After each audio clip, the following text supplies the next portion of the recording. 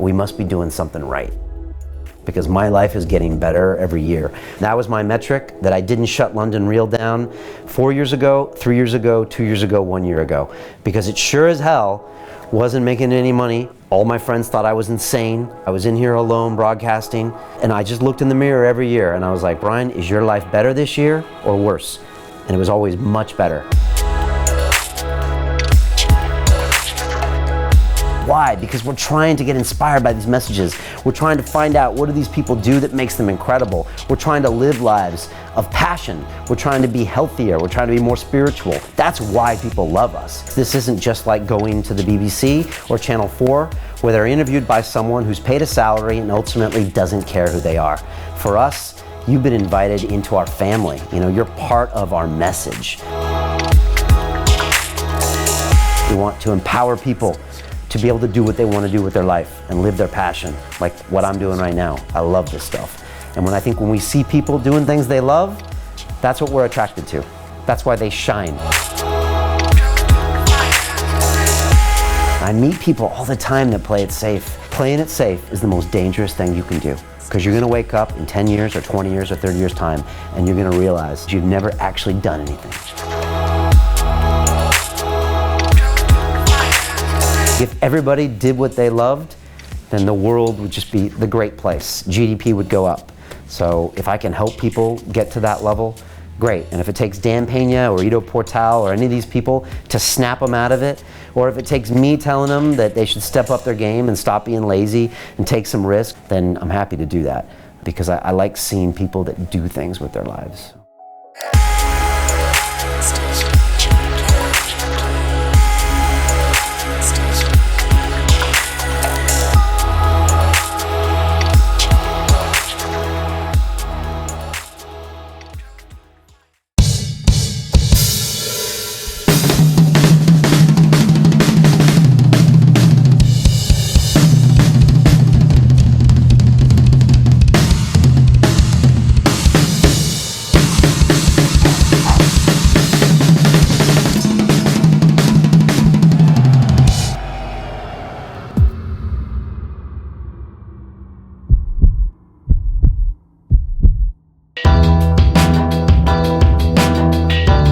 This week on London Real, we have a very special guest joining us, and that is me. Yes, every year or so, I try to sit down and talk about what has happened in London Real and what I see happening for the future.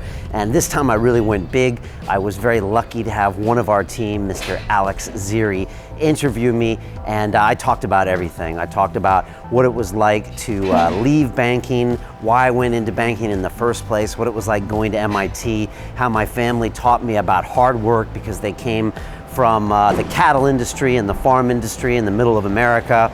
And I talked about what it was like now to take London Real forward, to work with the incredible team we have here, and what's gonna happen in the future. So I really hope you enjoy this. I really went big on this one. I think I could have talked for 4 hours, to be honest, and I really enjoyed speaking about all things London Real, as you probably know.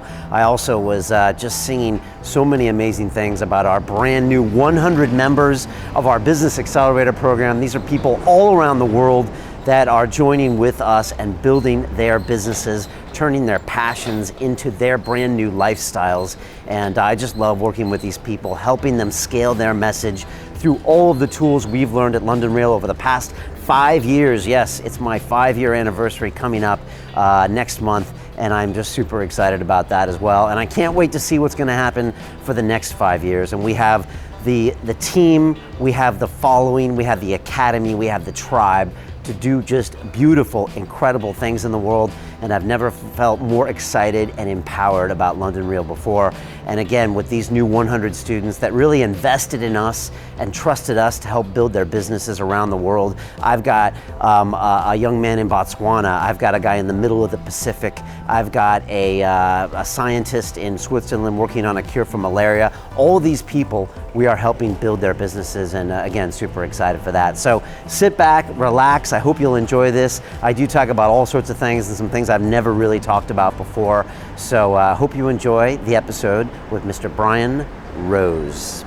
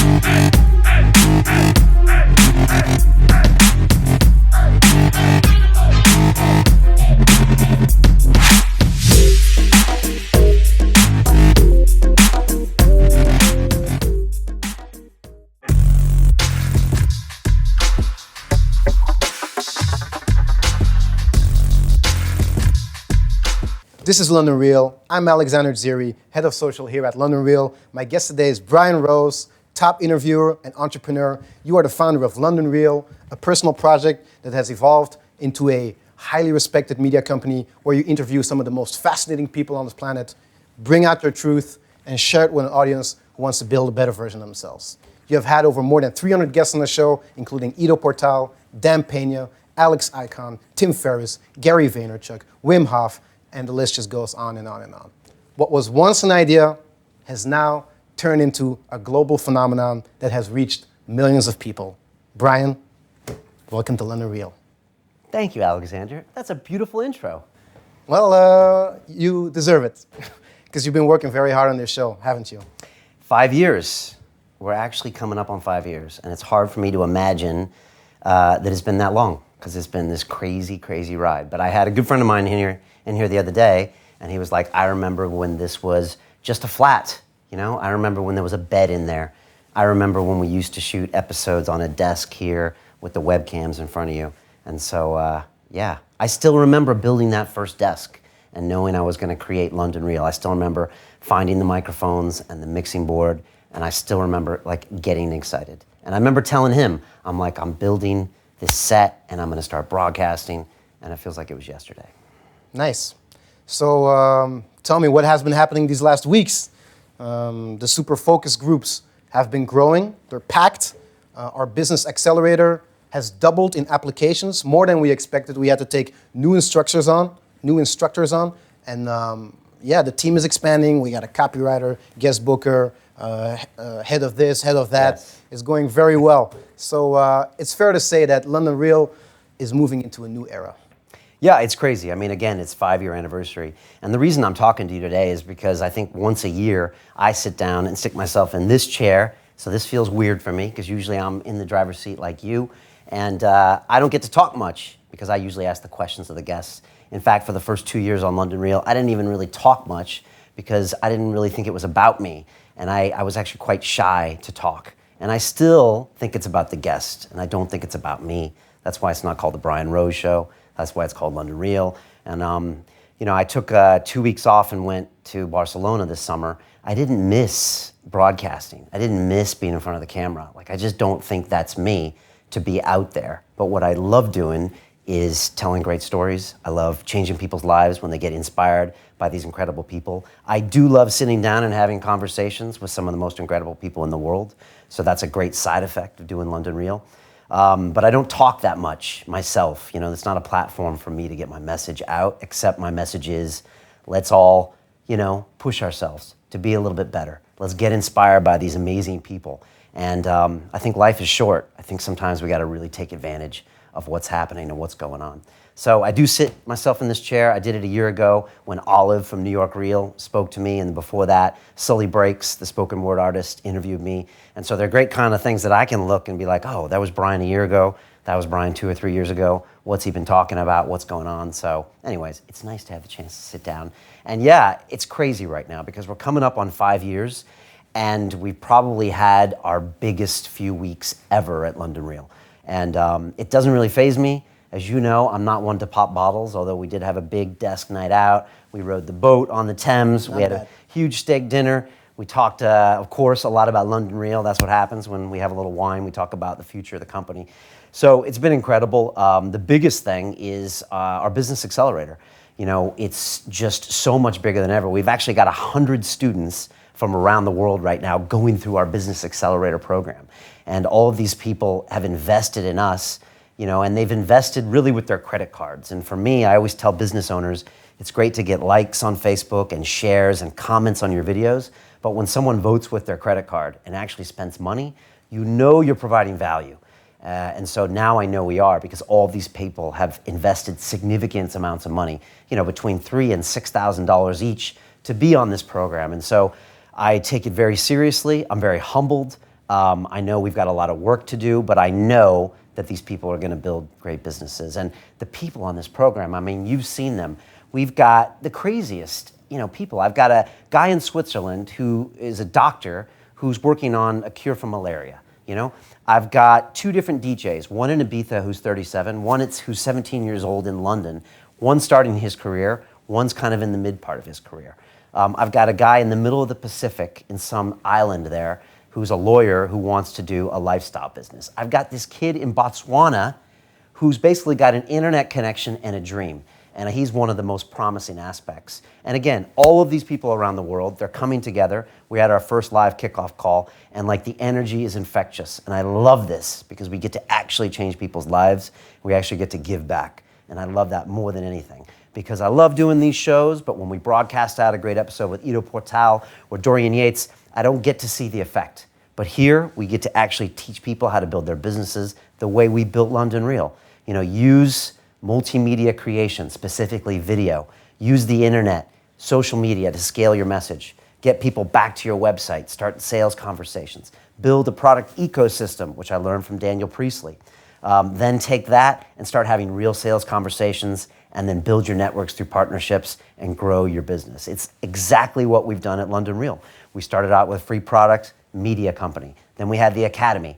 Now we've built our core products and now we're doing business-to-business products and consulting with some very big businesses here in London. And so I love teaching these people how to do it. We know exactly how to do it, and I know these people are going to be successful. And our last course, we had an NHS doctor, we had a Wall Street trader, we had a lawyer, we had movement experts. So it's big for me the last month, in that standpoint, because it's just a huge vote of confidence. And again, I think we tripled in numbers or over tripled. We had over 1,000 applications for these programs. And when people actually say it's worth it to them, then it really shows me that London Real has arrived as a global media company, not just a YouTube channel. And it just makes me feel great. And it gives me capital that we're going to invest in the business.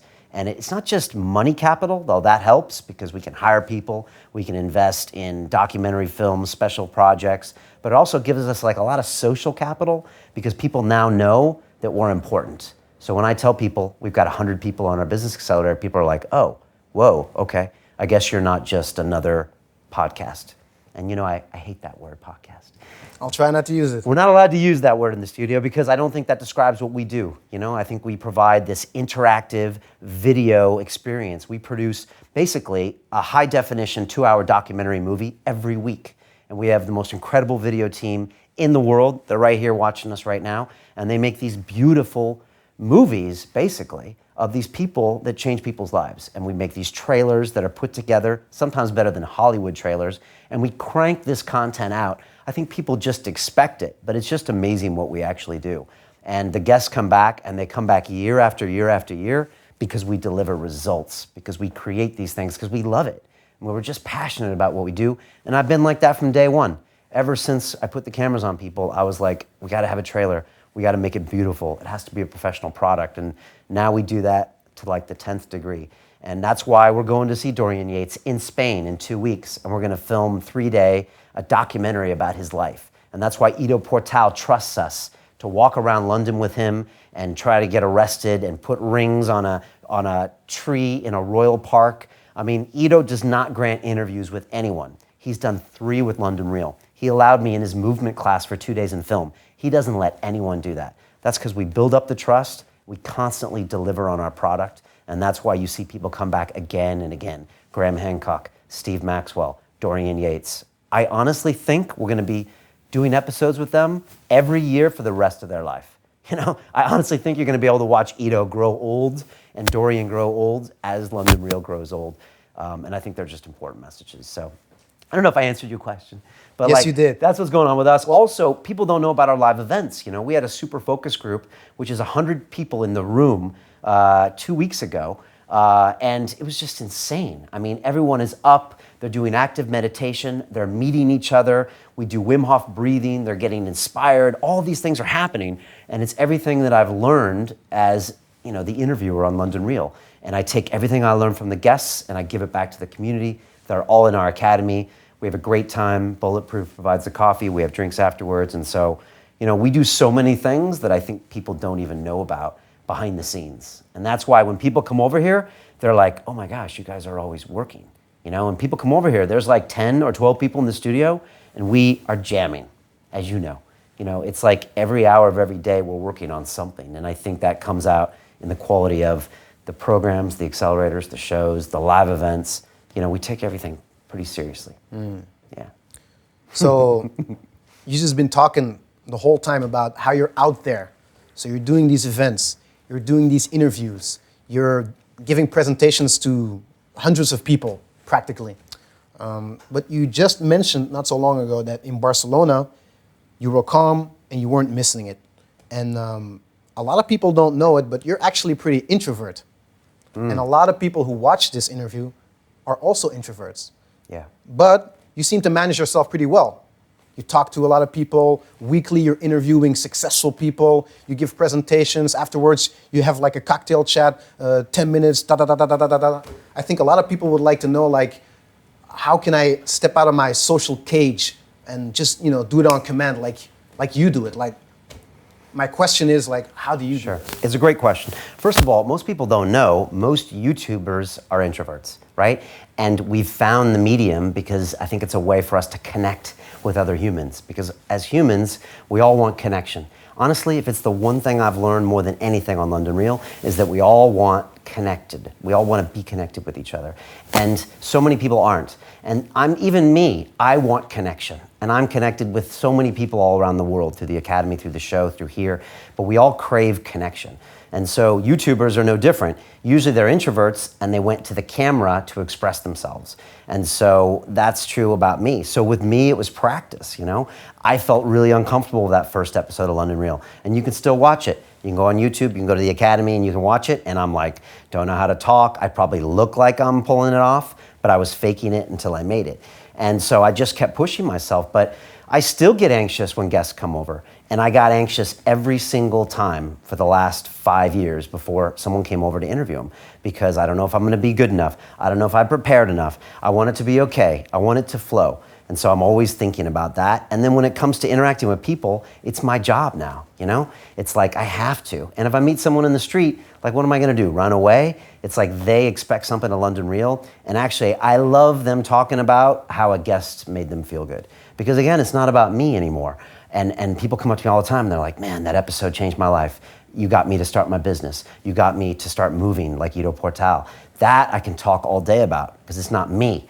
But if people want to come and start talking about me, I'd rather talk about something else. And so it's a good question, but I think if you're introverted, and I agree, a lot of people that watch the show are introverts, a lot of guests are introverts, big time. I would say most of our guests are actually quite introverted.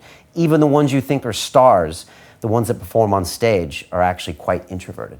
And so I think what you have to do is you have to try to push yourself and get out of that, because I think we all need that connectivity and we all really need that connection. And so in our focus groups, most of the people in the audience are introverts. So first of all, I always thank them for coming, because I know it's hard to do, and we try to make it as easy as possible for them to get there. But then once they're there, I try to mix them up. That's why we get them out of their seats, active meditation, because it allows introverts to really just let go of all that anxiety.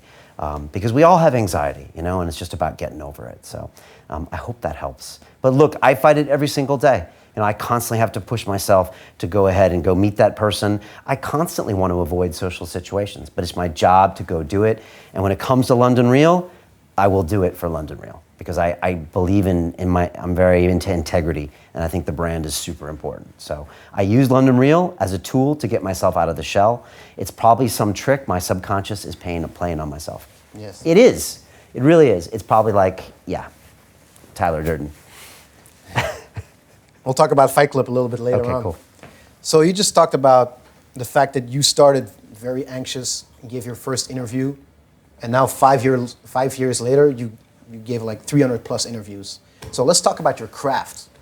What makes a good interviewer, and what are some of the mistakes you see novice interviewers make?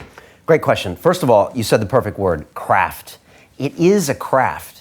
And just like anything else, you can get better at it if you force yourself to do it over and over again. And I just want to be really clear, that's what it is. And so I did not go to school in journalism. No one taught me how to do this. All I did was try and watch other people and fail and fail and fail, just like any other craft. If you see me in Brazilian Jiu-Jitsu, I'm a purple belt. I started off a white belt just like everybody else. I have no natural talent in fighting, but I could probably choke most people on the street unconscious and kill them. But that's because I practiced for 8 years in a row. Same with my boxing. I'm actually not a talented boxer by nature, but I practiced so hard that I could knock some people out. And so it's just a craft. And so the same with doing this. I had a passion for it.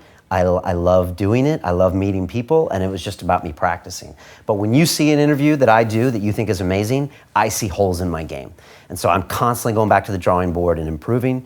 And I learned this from Dorian Yates. I think some of the greatest in the world, they compete with themselves. So I'm constantly competing with myself, and I'm constantly seeing holes in my game, which means I might not always be the nice person to be around all the time, because I'm rarely congratulating myself after an interview. In fact, here's a story most people don't know. The reason we did the Ido Portal moving conversation is because I was so mad at myself after the second interview that I thought I screwed that up so bad that I wanted to get redemption and show who Ido really was. Now, most people think that's one of our greatest interviews, but for me, it was garbage. And so that made me go and push myself harder and get him out on the streets, which could have resulted in a whole lot of mayhem. And that, I think, is one of our best pieces ever. But it's because I went back to the drawing board and thought we could do better. So, Conor McGregor, the big MMA fighter, UFC athlete, his coach, John Kavanagh, has a book called Win or Learn. So when we do an interview, I either win or learn. Most of the time I learn. And so I always go back to the drawing board. And so that's why I think people should always go do something. So go shoot the interview. Go up to that girl and ask her out. Go on that job interview. Because if you don't do something, you're not going to win and you're not going to learn. But I just constantly try to learn. So like you said, how have I done this over the last 5 years? I always look back, what could I have done differently? How could I have made the guest feel better? How could I have lit the interview, made the audio better, made myself more excited in the moment? How can I craft a narrative so it excites the people watching right now? Because they're busy. I'm on YouTube, I'm competing with all sorts of crazy stuff out there. And I gotta get their attention and make the guest interesting. And again, coming back to this concept of extreme ownership, which I got from one of my favorite guests, Jocko Willink, the US Navy SEAL. If the interview goes wrong, guess whose fault it is? My fault, okay? And a lot of people don't look at it that way. They could come in and say, oh, the guest came in, they were in a bad mood, they didn't share that day, they're not a good interviewer, they didn't like the show. No, I disagree. If I'm on the top of my game, I can get a great interview out of anybody that day, anybody. And so I always look back to me, what can I do differently? And again, from the minute they walk in that door, what's the experience? Do they feel good? Do they feel excited? Do they feel comfortable? Do they feel like they can build a rapport with me? And I've made mistakes before. I've had interviews that almost you never saw because the guest walked out, but I managed to learn and pivot and just try to be in the moment. So a lot of people say I'm really good at interviewing. I'm really appreciative of that, but I think I got a long way to go. I like watching people like Charlie Rose. I think he's really good. I watch any interview, actually. Any long form interview, I try to watch and see what they're doing and listen. Okay. I think Joe Rogan's very good. I don't think he prepares, but he's very good. I think Mark Maron is very good, and I listen to these people all the time. So you mentioned a very important word, rapport. Yeah. And yeah. So you just gave me the big picture on what it means to be a good interviewer. Yeah. I'm gonna try and see if I can get something specific out of you. So I have the privilege of being here and watching you interact with the guests when they come in. And whenever they come in, you always try to make them feel at ease, and you talk to them for 20 or 30 minutes before you go into the chair. And then once you start talking, you have a way, what I think you do well is you can get the guest to make him be vulnerable and get the best out of him. I think that's what makes you different from other interviewers. And my question to you is, do you do something specific to build that rapport? Do you talk in a specific way? Like, how do you talk to that guest? How do you make him feel at ease? How do you make him go vulnerable? Do you know any way that how you're doing that, and maybe somebody else could learn from that? It's a great question, and you've kind of seen me do it on the front line. So, I always think to myself, how does the other person feel? Almost in any situation, sometimes to my detriment. Like when a waiter is at a restaurant, I always think, how does the waiter feeling? Does he really want to bring me my drinks? Maybe I should try to make sure that he's actually enjoying himself. And so, I don't know, I'm always putting myself in the other mind, especially in service sector, the taxi driver, the airline attendant, all these people, how do they feel? How can their day be good? And so for the guest, I'm always like, I might be having a tough day, we might be stressed, there might be problems here on the set, but when the guest shows up, how do they feel? And then I just try to read them right away. And so first of all, I set it up beforehand. They know they're coming to one of the greatest shows in the world. They know they're going to get a premium experience, and they know we deliver. They also know that they're probably going to have to be prepared to be a little vulnerable because we take care of them here. You know, they know they can trust me. That's what 5 years is. They know when they go deep, I'm not going to rip them apart. I'm not going to surprise them. I'm not going to put them on the spot in a bad way. I like putting them on the spot, but I'm not going to try to embarrass them. So that helps. When they come in, I just try to feel their energy, you know? I just try to make sure they're calm, they're relaxed. That's why I think every touch point is important. I want them to get a jacket. I want everyone in here to be relaxed. I want to show them what we're about. A lot of times I take them in the war room. I explain to them that we're building a business, that we have an academy, that there's a lot of things going on here, because this isn't just like going to the BBC or Channel 4, where they're interviewed by someone who's paid a salary and ultimately doesn't care who they are. For us, you've been invited into our family. You know, you're part of our message. So you mean a lot to us. And this is the start of a long relationship that might end up being a business relationship. Whatever it is, it's important to me. So I try to let them know that there's more going on here. I try to tell them who I am, if it's appropriate. Oh, I used to be in banking for 10 years and I started doing this 5 years ago, and it's been this crazy journey, an incredible journey for me. And I'm the big winner here because I've met so many wonderful people. And I try to feel it. Sometimes they don't care. Sometimes they're in a bad mood, and I've had crazy experiences. I've had people in this chair, like Mr. Chris Eubank, the boxer, who most people think is, you know, one of our greatest interviews. He literally almost ran out the door because we had a little argument before. And so, you know, he wanted one of his friends to stay on the set, and I have a no guests on the set policy. I think it ruins the interview. And so a lot of times I deal with frictions with the guest, and sometimes you have to say no. So I really try to read them. But I think most of the time I read them pretty good. Sometimes I have to, you know, even get to a point where they're like, okay, Brian, you know, with Chris, he's like, I don't like small talk. So honestly, if I even have to be, to look bad, I don't mind. As long as we get the great interview, that's all that matters.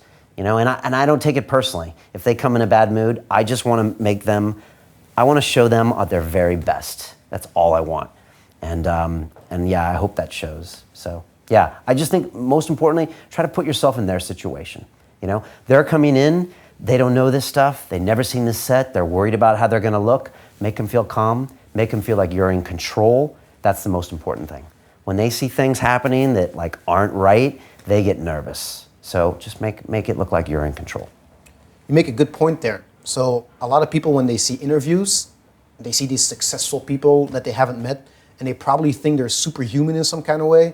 But every time we get a guest in here, it's always another guest with their own problems, with their own struggles.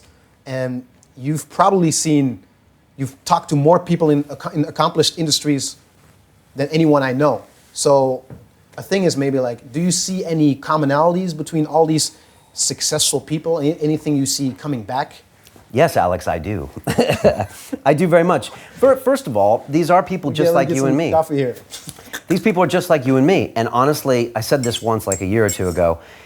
I think sometimes the guest needs our help, sometimes more than we need their help, you know? They need love. You know, they're out there. They're usually on the stage. They're trying to scale a message. You know, Eddie Izzard is doing 30 days in a row. You know, Eddie has a hard life. You know, you might look at him and he's got 5 million Twitter followers and he goes around the world. These people sometimes lead lonely, difficult lives. They're driven by something deep inside of them. Sometimes that's a hole that's been left there by some traumatic experience and they're trying to cover it up. So don't get it twisted that all these high achievers or great performers are somehow calm and controlled human beings. You know, we all have flaws, including me, that makes me so driven to do this stuff. And so, first of all, I realize they're human, just like you and me. And you see them on video, and you see them on movie sets, and you see them do these incredible physical feats. And then I meet them on the sidewalk in Shoreditch. And I'm always struck that they're humans, just like you and me. And they're normal, even though they've done super normal things. And so, first of all, I keep that in mind, that I think they need our love as much as we need their love, and they need, you know, our support, same way the other way around. The other thing I realize is this, and a lot of people stop me on the streets and email me and they say this, they say, Brian, one day I'm gonna be on that chair. I'm gonna be on your show. And you know what I tell them? I say, do something to where I can't ignore you. Make it so I have to have you on my show. And then I go on to say this, the only difference between you and the people on this show is that the people on the show are willing to take risks and to put themselves out there and to fail and keep trying again. It's not like they have any more talent than you do. They don't have any more money than you do. They don't have any more love than you do. They are just willing to take the risk, to deal with failure, to win or learn, as Conor McGregor would say, and to just keep pushing. That's the only difference. I tell you, that's it.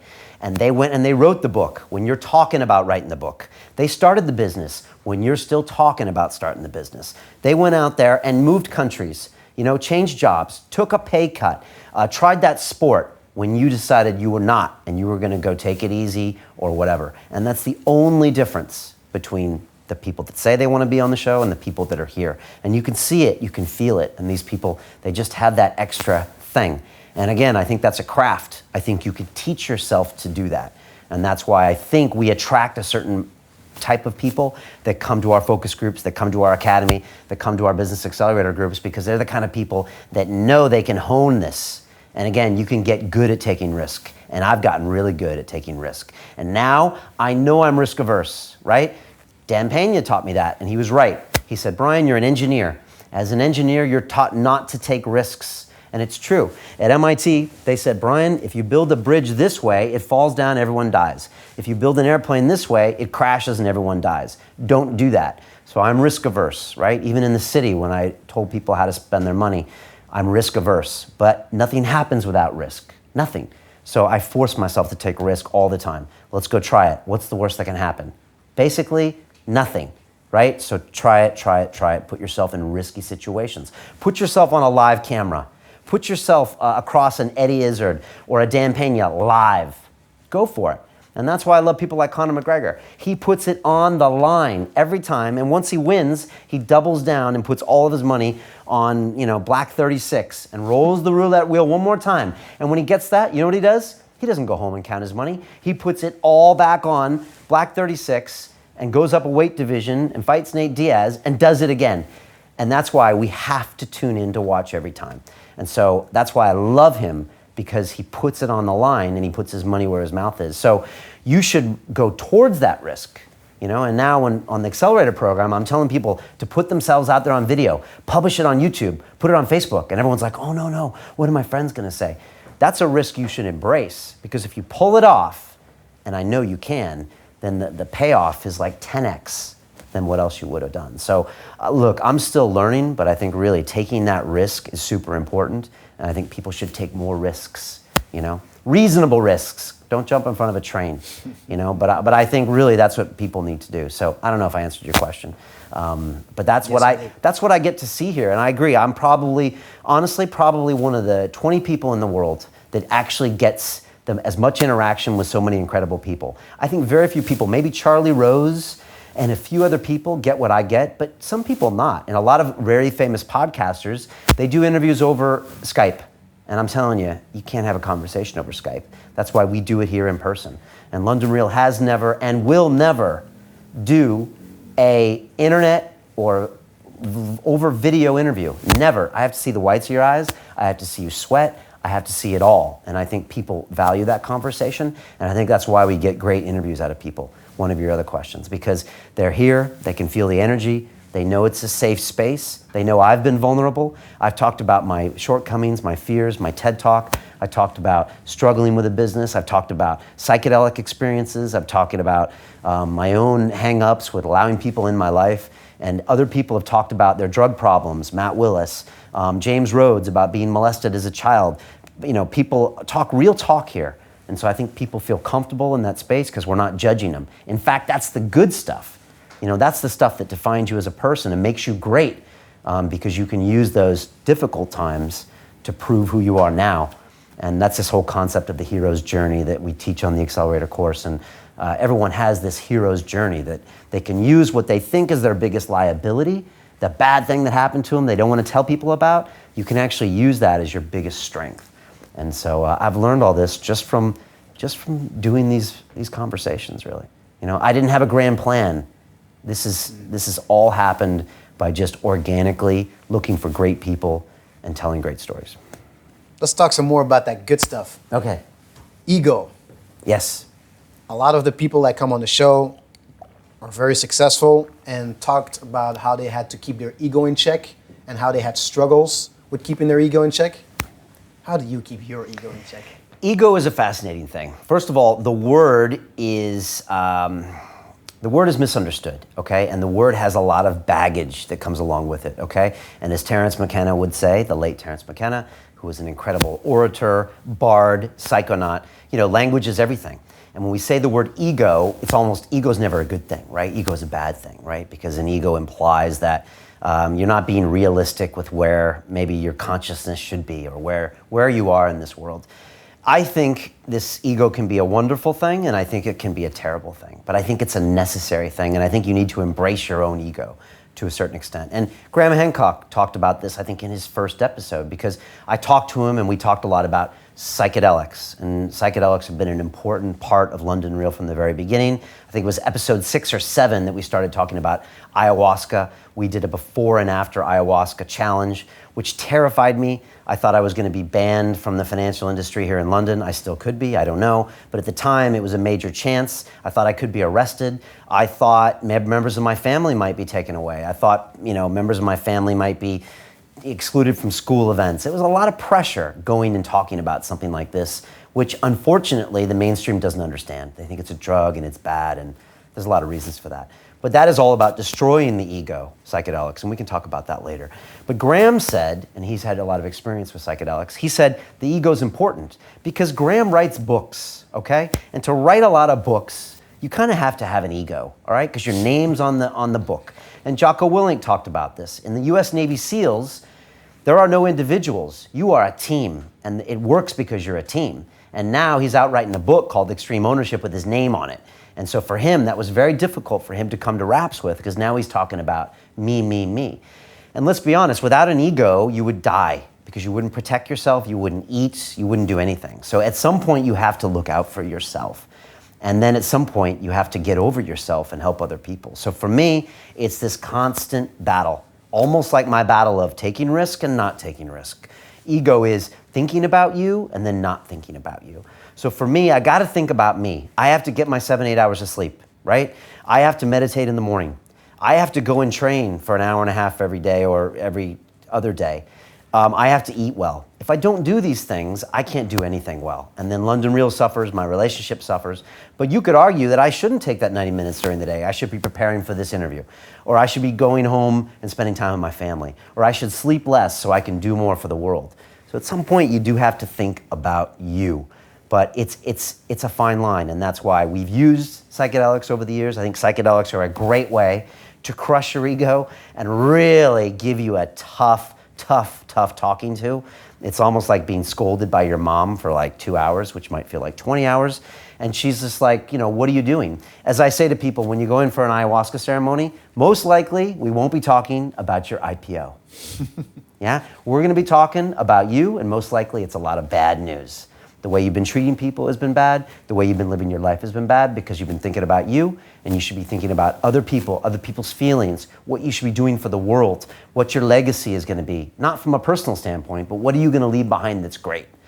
And so, look, there's no answer to this, but I think it's okay to admit you have an ego, and it's okay to admit that I want to present a great image. I'm proud of London Real, and when it's not looked upon well, then I feel like I'm not looked upon well.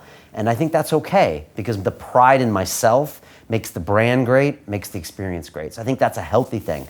Now, if I want to be out there all the time and I cut my guests off, and London Real is all about Brian Rose, and it's Brian Rose this, and I'm on the cover of the magazines and I'm doing all this stuff, and I forget about the members and the accelerator people. I don't care if they get good businesses, and I don't care if our guests give great messages, then hopefully someone will pull me aside and say, Brian, you're being a douche. Stop it, and let's get back to what's really important. And luckily, I have people in this studio who continually tell me, Brian, what's our why? As Luis was always saying, what's our why? Which is a nice way of saying, you forgot your why, right? And so I have people around me that hopefully, in a nice way, tell me that I've lost the way, that we're not focusing on the right things. And so I get lots of feedback. But at the same time, I have to lead this company and this movement with a vision, and I know where I think it's going. And the people from the early days, they think it's something else. And everyone has in their own mind what London Real is, but I know what it is because London Real is a reflection of me and I am a reflection of London Real, and my life is London Real and London Real is my life.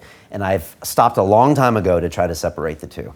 And so I have a vision of where we're going, and some people disagree with it and some people don't, but I just need to be reminded sometimes that it's this and that it's that, and I'm constantly going back and forth, between those two things. But I hope I kind of answer that question. Now, ego in other ways, I see it in lots of my guests. I see it in people like Dan Pena, who has a big ego and a lot of headstrong feelings about a lot of things, and sometimes that's correct and sometimes that's not correct. I'm not really one to judge people that sit in this chair. I find that most people that sit in this chair, and I speak to them for 90 minutes, are quite humble people. And even when you look at someone like Dan Pena, okay, and I both equally hate and I love Dan Pena, and people think I just say that as a throwaway line, but I hate him. Dan Pena is, to use one of his expressions, and I normally won't swear on the show, Dan is a cunt. He really is, truly a cunt. And I also love Dan Pena very, very much. And if he died right now, I would be at his funeral and I would really, really mourn his passing, because Dan has a wonderful amount of energy that he gives to the world and he has yet to give to the world. I don't think he always knows how to deliver it. But also, if you look at Dan, he is very selfish and egotistic, and he's got the car and the rolls and the castle, and it's about him and the $50 billion man. But what does Dan do? He spends all of his time mentoring other people. If he really was an egotistic bastard, he would just be building his companies and building his wealth. But since 1993, he's been literally dragging people across the goal line at his castle. And I've been in those rooms. It's not all glamorous. There's people in the room that are really hard to try to help. So, I think we all live this dichotomy of ego. And I think pointing the finger at Dan or at me or if someone else is saying there is an ego, if you look under the surface, a lot of times these people are doing things that are quite egoless. And so Dan, at one point, I hate him because of some things he does, but at the other time, he really helps a lot of people. How many people are out there doing podcasts and answering questions and giving out free material and giving his book 100 million? How many people are doing that? Not that many. So I think there's lots of dichotomies when it comes to the ego. And most of the people I talk to here, Ido Portal, Dorian Yates, all of the big guests don't really have big egos. They've been humbled in life because life will humble you. And successful people have been humbled more than the other people because they've taken risks and they've had failure. So that's my call on ego. And ego is the enemy, as Ryan Holiday would say, but it also is a wonderful force that can get you to do things. So let's switch it up a little bit and talk about business. Okay, talk to me. So recently you went to the YouTube headquarters, where you were in the room with some of the biggest YouTubers in the world who had millions of followers. And on the outside, you might say, well, they're more accomplished than maybe London Real because they have 10 times more followers. But look at you. You have a successful media company, you have multiple employees, you have multiple products, standard, premium, that are selling, and everything is expanding.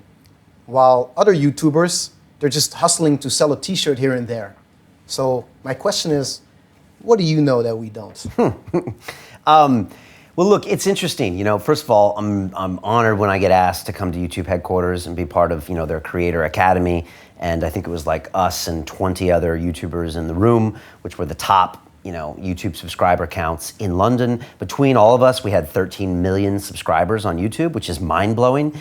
And actually, YouTube's on a different floor that Google's on. And the Google employees were coming in and giving presentations to us. And some of them were, they openly said, I'm intimidated to be in this room, because I'm rarely around people that influence 13 million people. And again, these people have loyal followings. We have a loyal following, but some of these people have 2 and 3 million people that watch every vlog they do.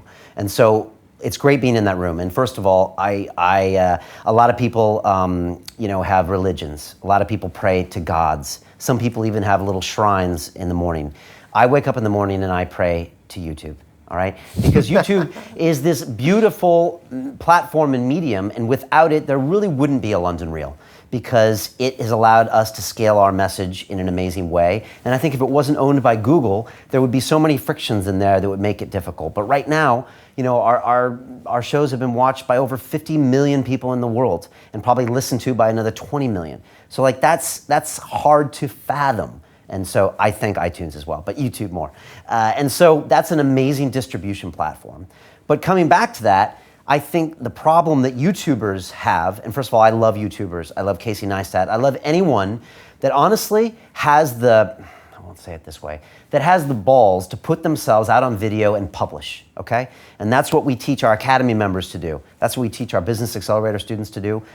Broadcast yourself. That's where all the magic happens. Broadcast yourself, And when you don't, you live a life of recluse and introversion like Brian used to, okay? Where you would just go home and watch Mad Men and not interact with people. But when you broadcast yourself, you put everything on the line. You take risk, you put yourself out there, and guess what happens? 90% of the time, you get amazing feedback, you meet amazing people, and you find your tribe. So YouTubers are awesome. The problem is that most YouTubers are horrible business people. Just like musicians are horrible business people, and 99% of the world are horrible business people. That's why they need us, all right? And so what they do is they go on YouTube, and what do? They say, oh, there's ads. Oh, I get 55% of my revenues. YouTube takes the rest. Actually, don't have a problem with that. YouTube earns it.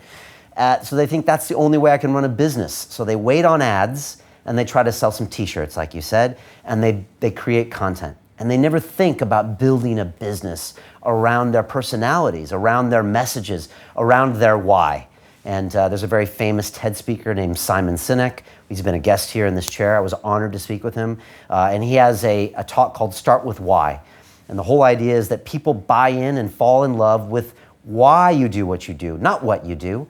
We produce videos every week that interview cool people. Is that why people are London Reelers? No. They do it why we do it. Why? Because we're trying to get inspired by these messages. We're trying to find out what do these people do that makes them incredible. We're trying to live lives of passion. We're trying to be healthier. We're trying to be more spiritual. We're trying to dissolve our ego and yet at the same time be great people.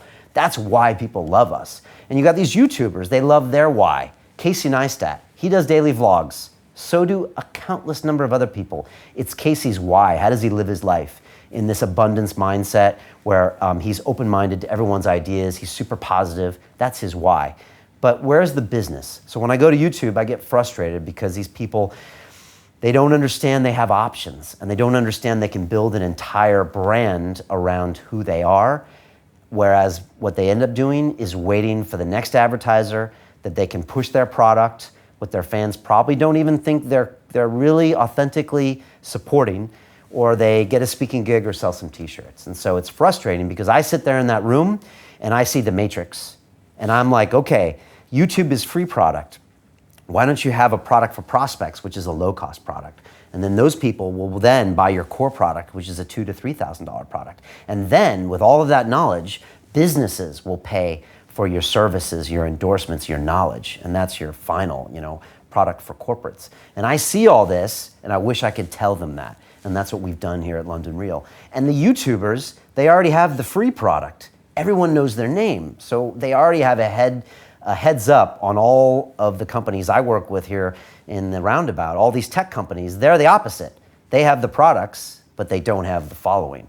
And so, yeah, that's what I see when I go to YouTube. And hopefully we'll end up offering our Business Accelerator course to YouTube, so they can have the other creators take those, because we could turn these people into millionaires quickly based on what we teach our students, which is basically using the same tools. Get a presence on multimedia. I believe every company these days is a media company first. And if you look at great companies like Red Bull, Red Bull doesn't sell carbonated, caffeinated drinks. They sell you a media experience that makes you feel great. They sell you snowboarding videos, skateboarding videos, those planes that fly around those obstacles. They do that. They also happen to have a drink. And I think every company needs to look at themselves that way. So we teach people to build the media first, to explain your why, find your tribe, find your 1,000 true fans, as our recent guest Kevin Kelly would say. And once that happens, then the sky's the limit. But if you don't do that first, I think you're going to be going around competing on price, trying to sell something that the other guy's selling, and you're in a price war to zero. And then there's nothing special about you, and I don't think that's a great way to do business. So that's what I see when I see YouTubers, and hopefully they're kind of open their minds. But I don't know if they will. You know, it really takes some tuition and some thought to see through the matrix of an advertising revenue model. But I love YouTube, and I love YouTubers as well. Although, you know, we do something very different on YouTube. You know, we provide long-form content on YouTube. There's no one really like us on YouTube because, you know, our videos are watched for very long periods of time, and we have a very different relationship with YouTubers than most people do, which are just short bits of content. So, nice. Let's talk about behind the scenes at the London Real Company. Okay, tell me. So every morning we have a stand-up meeting. Yes. Exactly at 9:30. Where when at the stand-up meeting, you know, everybody has to say, we're standing in a circle, and everybody says, what are we going to do that day? What are we grateful for? And one affirmation for the day. Why are we doing this?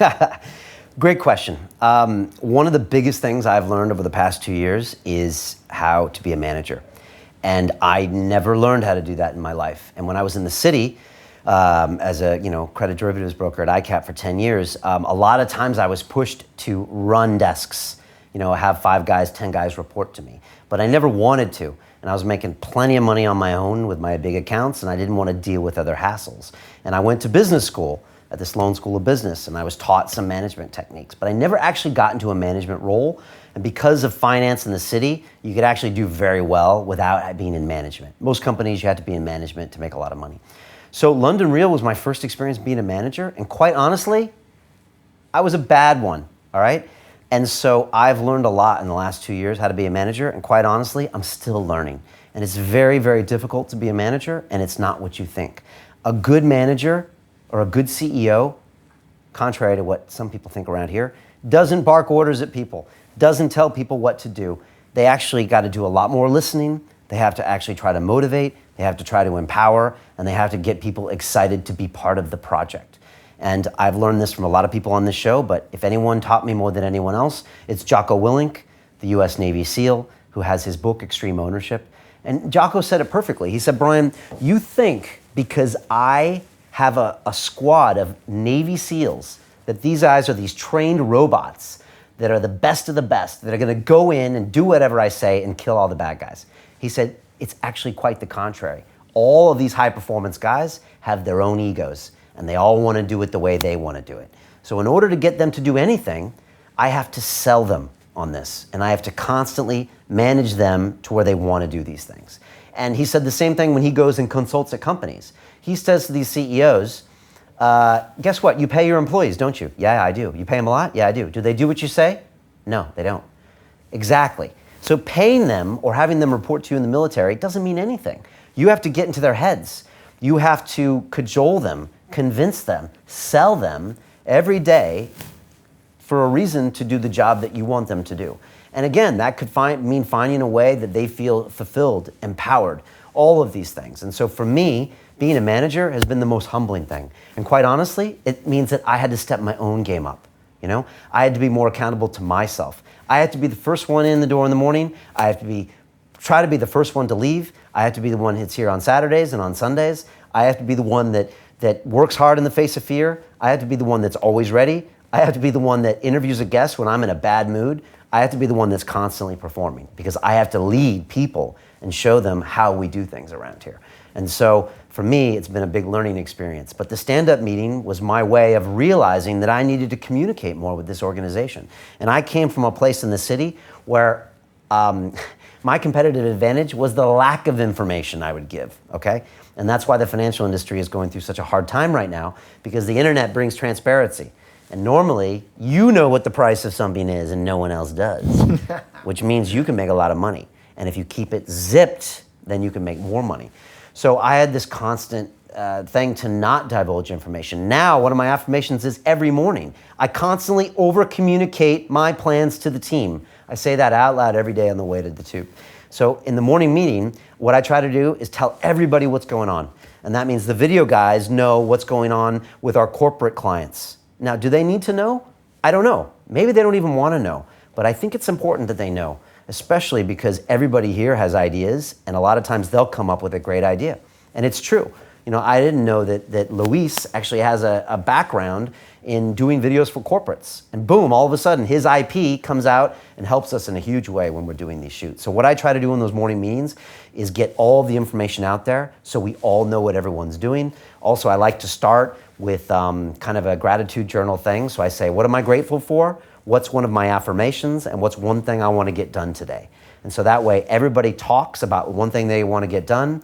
It also makes sure everybody has empathy with what everyone else is doing. You're like, oh my God, the video guys work really hard. They got to produce these videos. And the video guys are like, oh my gosh, Dziri's working on social. He's working on products for the academy. Okay, Brian, what does Brian actually do? Does he just sit around back there? Oh no, he's got doing this. He's going to a meeting. He's going to that. What does Julian do? Julian is working on all of the email plumbing. He's making sure all the academy students, the accelerator students are happy that they're getting their modules, all that stuff. So everybody knows what everyone's doing. And I think it's been really important. Also, I think it's important to start at 9:30, People think, because we're London real sometimes, that I don't know, everything's cool and relaxed. There's only one way to produce quality product, and that means that everybody brings their A game every day.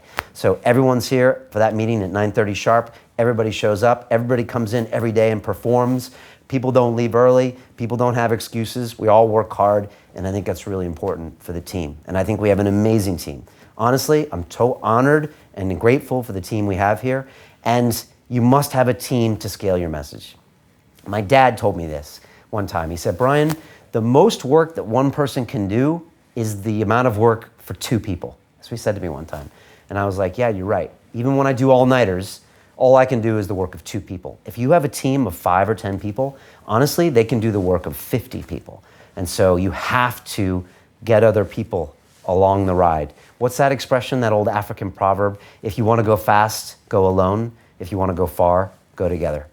And that's what we're doing here at London Real. We are building a vision, a dream, a movement for the next 50 years until I die, right? And so if it's going to take a little bit longer, that's okay, but we're going to go far, and we're going to do it with this incredible team.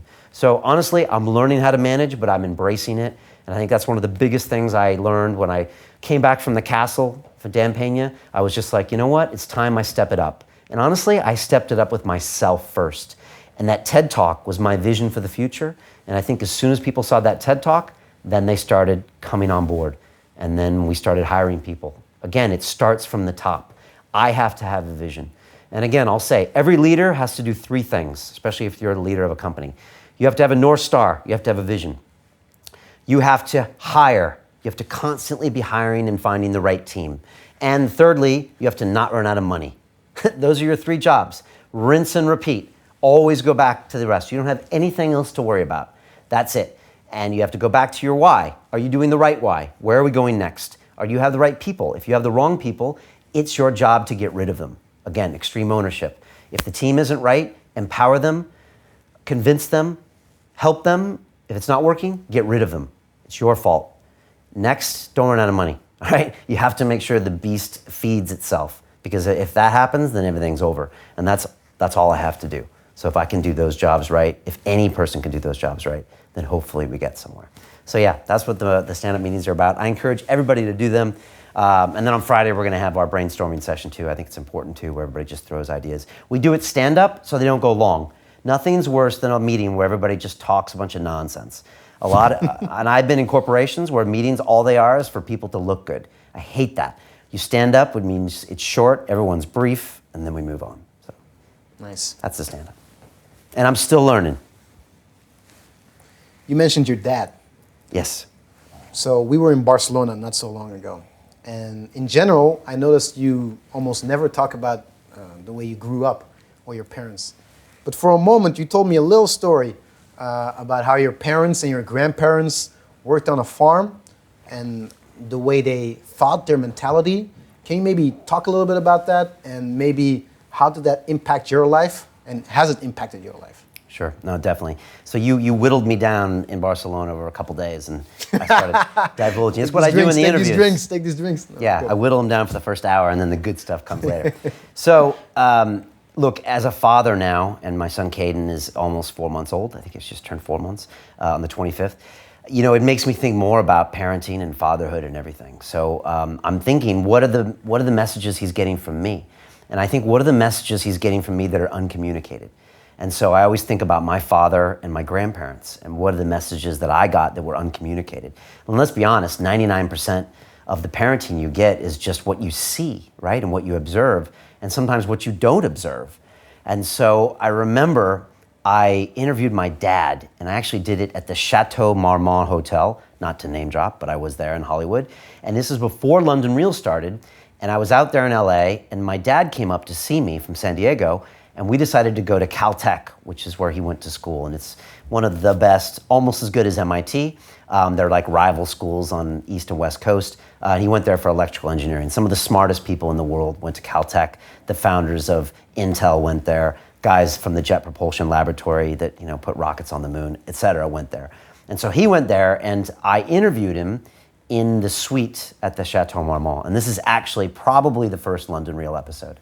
Although I interviewed my grandpa when I was 10 years old, and that probably was the first London Real episode, actually. And I will post that on YouTube. And I walked around Caltech with my dad as well, and we filmed it. Mariana filmed it. So this was actually the first moving conversation as well. And I put that in the interview. And at one point, I asked my dad, because he was a farm boy in Arizona, okay, super smart, and he went to Caltech. And his first freshman year at Caltech, he got all D's.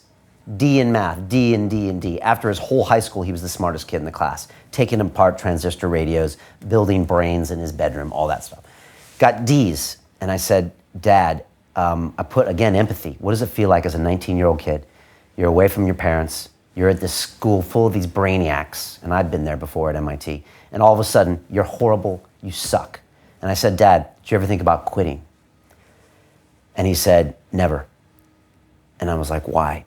And my dad said, on the farm, if you quit, you die. And he's like, there's no quit. It makes me almost get emotional.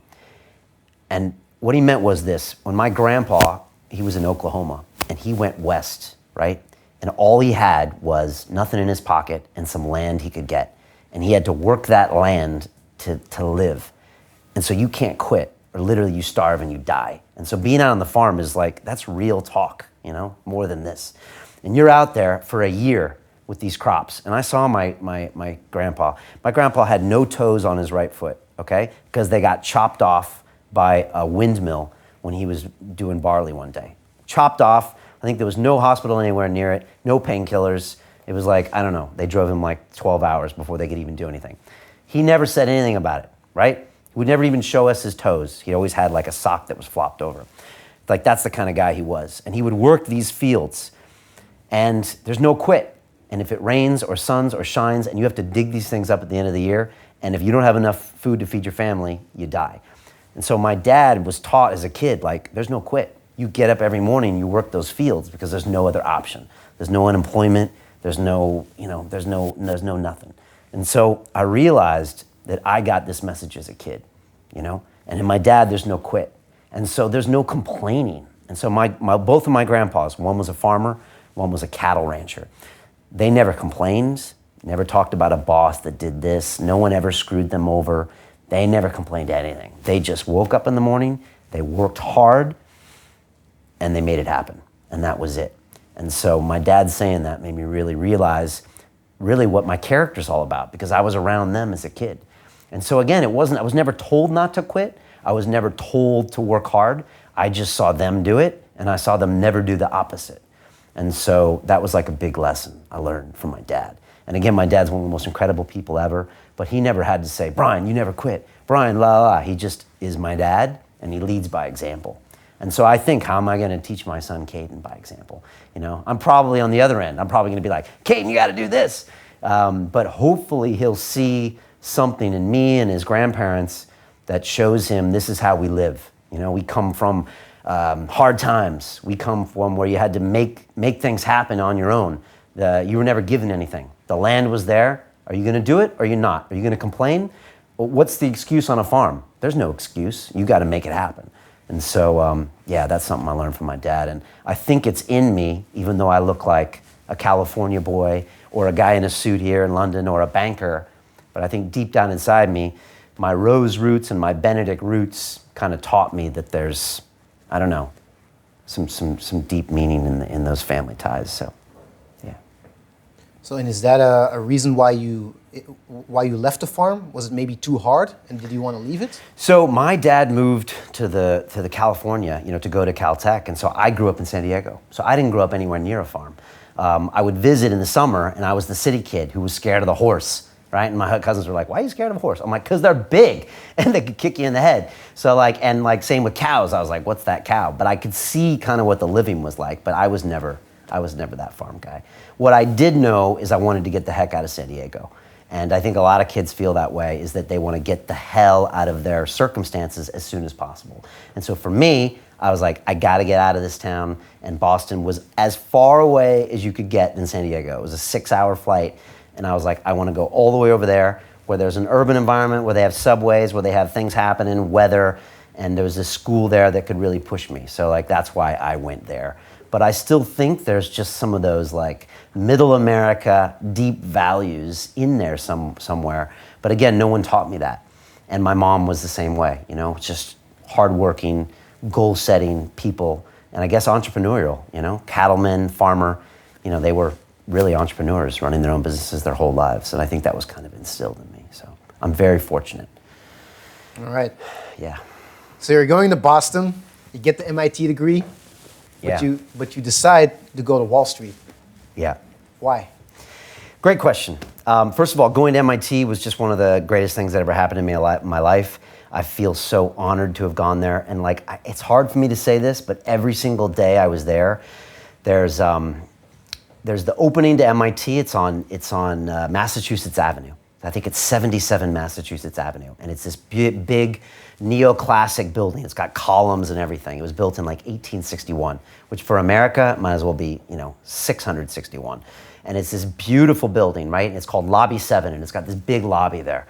And it's quite, impressive. And I walked through that door every day and every night when I would go study till 2 or 3 in the morning. And I'd look up at the top and I'd just be like, wow. And I'd walk down the hallways and I'd see these famous scientists and Nobel Prize winners all on the wall and statues of them. And I'd just be like, holy Christ. These are people, these are OG gangsters, people that built industries, that came up with concepts. And I just every day, even towards the end where I was just sick and tired of going to university, I was like, man, it's an honor to be here. And I felt like that. And I still feel a lot of, I feel it's a special place. So that was amazing going there. And again, I was with some of the smartest guys in the world. And I know how my dad felt because I was there. And I saw guys lose it. I saw guys break down. Because you basically take the smartest guys in the world and in America and you stick them all there. And guess what happens? Some guys are going to get A's and B's and C's and D's and F's. And I saw guys in my fraternity fail out. I mean, these are guys that are 20 years old that got sent back home because they couldn't make the grades. I mean, these guys became bike messengers and stuff. And some of them made it and did great. But it's it's hard, man. And this is hard. This is when your future goes downhill. And so, I worked hard. And one of the big things I did was my first semester where we had grades was my sophomore year. I just started working hard. And you know what? One of my good buddies, his name is Hank Sawtell. He was an aeronautical major, aeronautical engineer. He said, it's a game. And it is a game. Life is a game. And studying at a university is a game. And you got to know what to do. You got to know to go to school. You have to be disciplined. I was in a fraternity with 50 guys with a keg on tap at all times, with girls around, with a pool table, with a foosball table, with a kitchen. I knew guys that didn't go to class for 6 weeks. They would stay in that house because there's always something to do, always someone to screw around with. You had to have discipline. You had to be like, nope, I'm not drinking tonight. I'm not partying with you. I'm going to the library and I'm going to study. I'm going to take my exams. So I knew how to play that game and discipline myself. So that first semester, I managed somehow, out of these 4 classes I took, I managed to get an A in every single course. And it blew my mind. And I remember 6 weeks in, I did okay with this exam. I did okay. And I was like, holy, I can do this. I can get straight A's. And at MIT, you get a 5.0 for an A, not a 4.0. So 5.0 was the grade point average I was going for. And man, everything was and it was just keeping all these plates running. It's like running London Real. You got to have the accelerator. You got to have the good guests. You got to have the good team. You got to have all these things, and you can't let one drop. And I was just and all my friends were like, Brian, you're going to get the 5.0. You're going to get the 5.0. And there was one guy who said, Brian, Mustang had a 5.0 V8 engine and it had said 5.0 on the side. He's like, Brian, we're going to get you a necklace that says 5.0. You're going to hang it around, right? This is 1990, right, with all the rappers. And he's like, yo, 5-0, Brian. They'd yell it across the place, right? So that was my big thing. But I got that in my first semester, right? That there were grades. And so once that happened, I was like, I can compete with the very best in the world and I can get straight A's.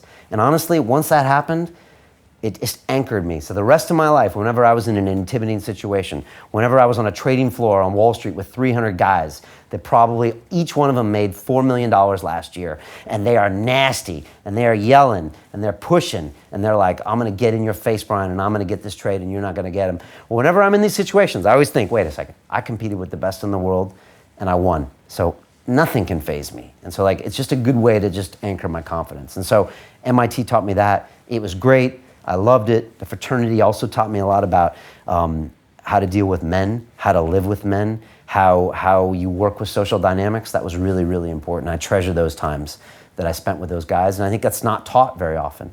You know, what happens when you screw up? You know, how do you go pull a guy aside and you have a talk with him just between you two? You don't say it in front of the group. How do you know when you apologize to someone?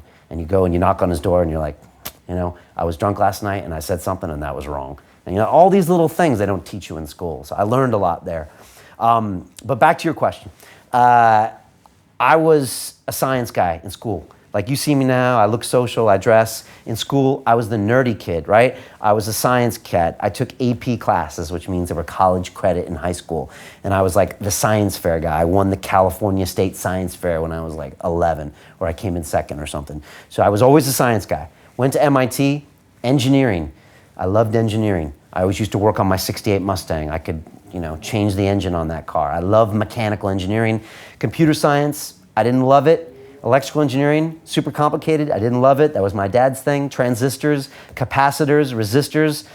Couldn't figure it out. The internet didn't exist when I went to school. Mechanical engineering was what I wanted to do. Started learning. I got a job at Ford Motor Company when I was 18 years old. I went to work for the company that built my dream car, right? It was a dream job.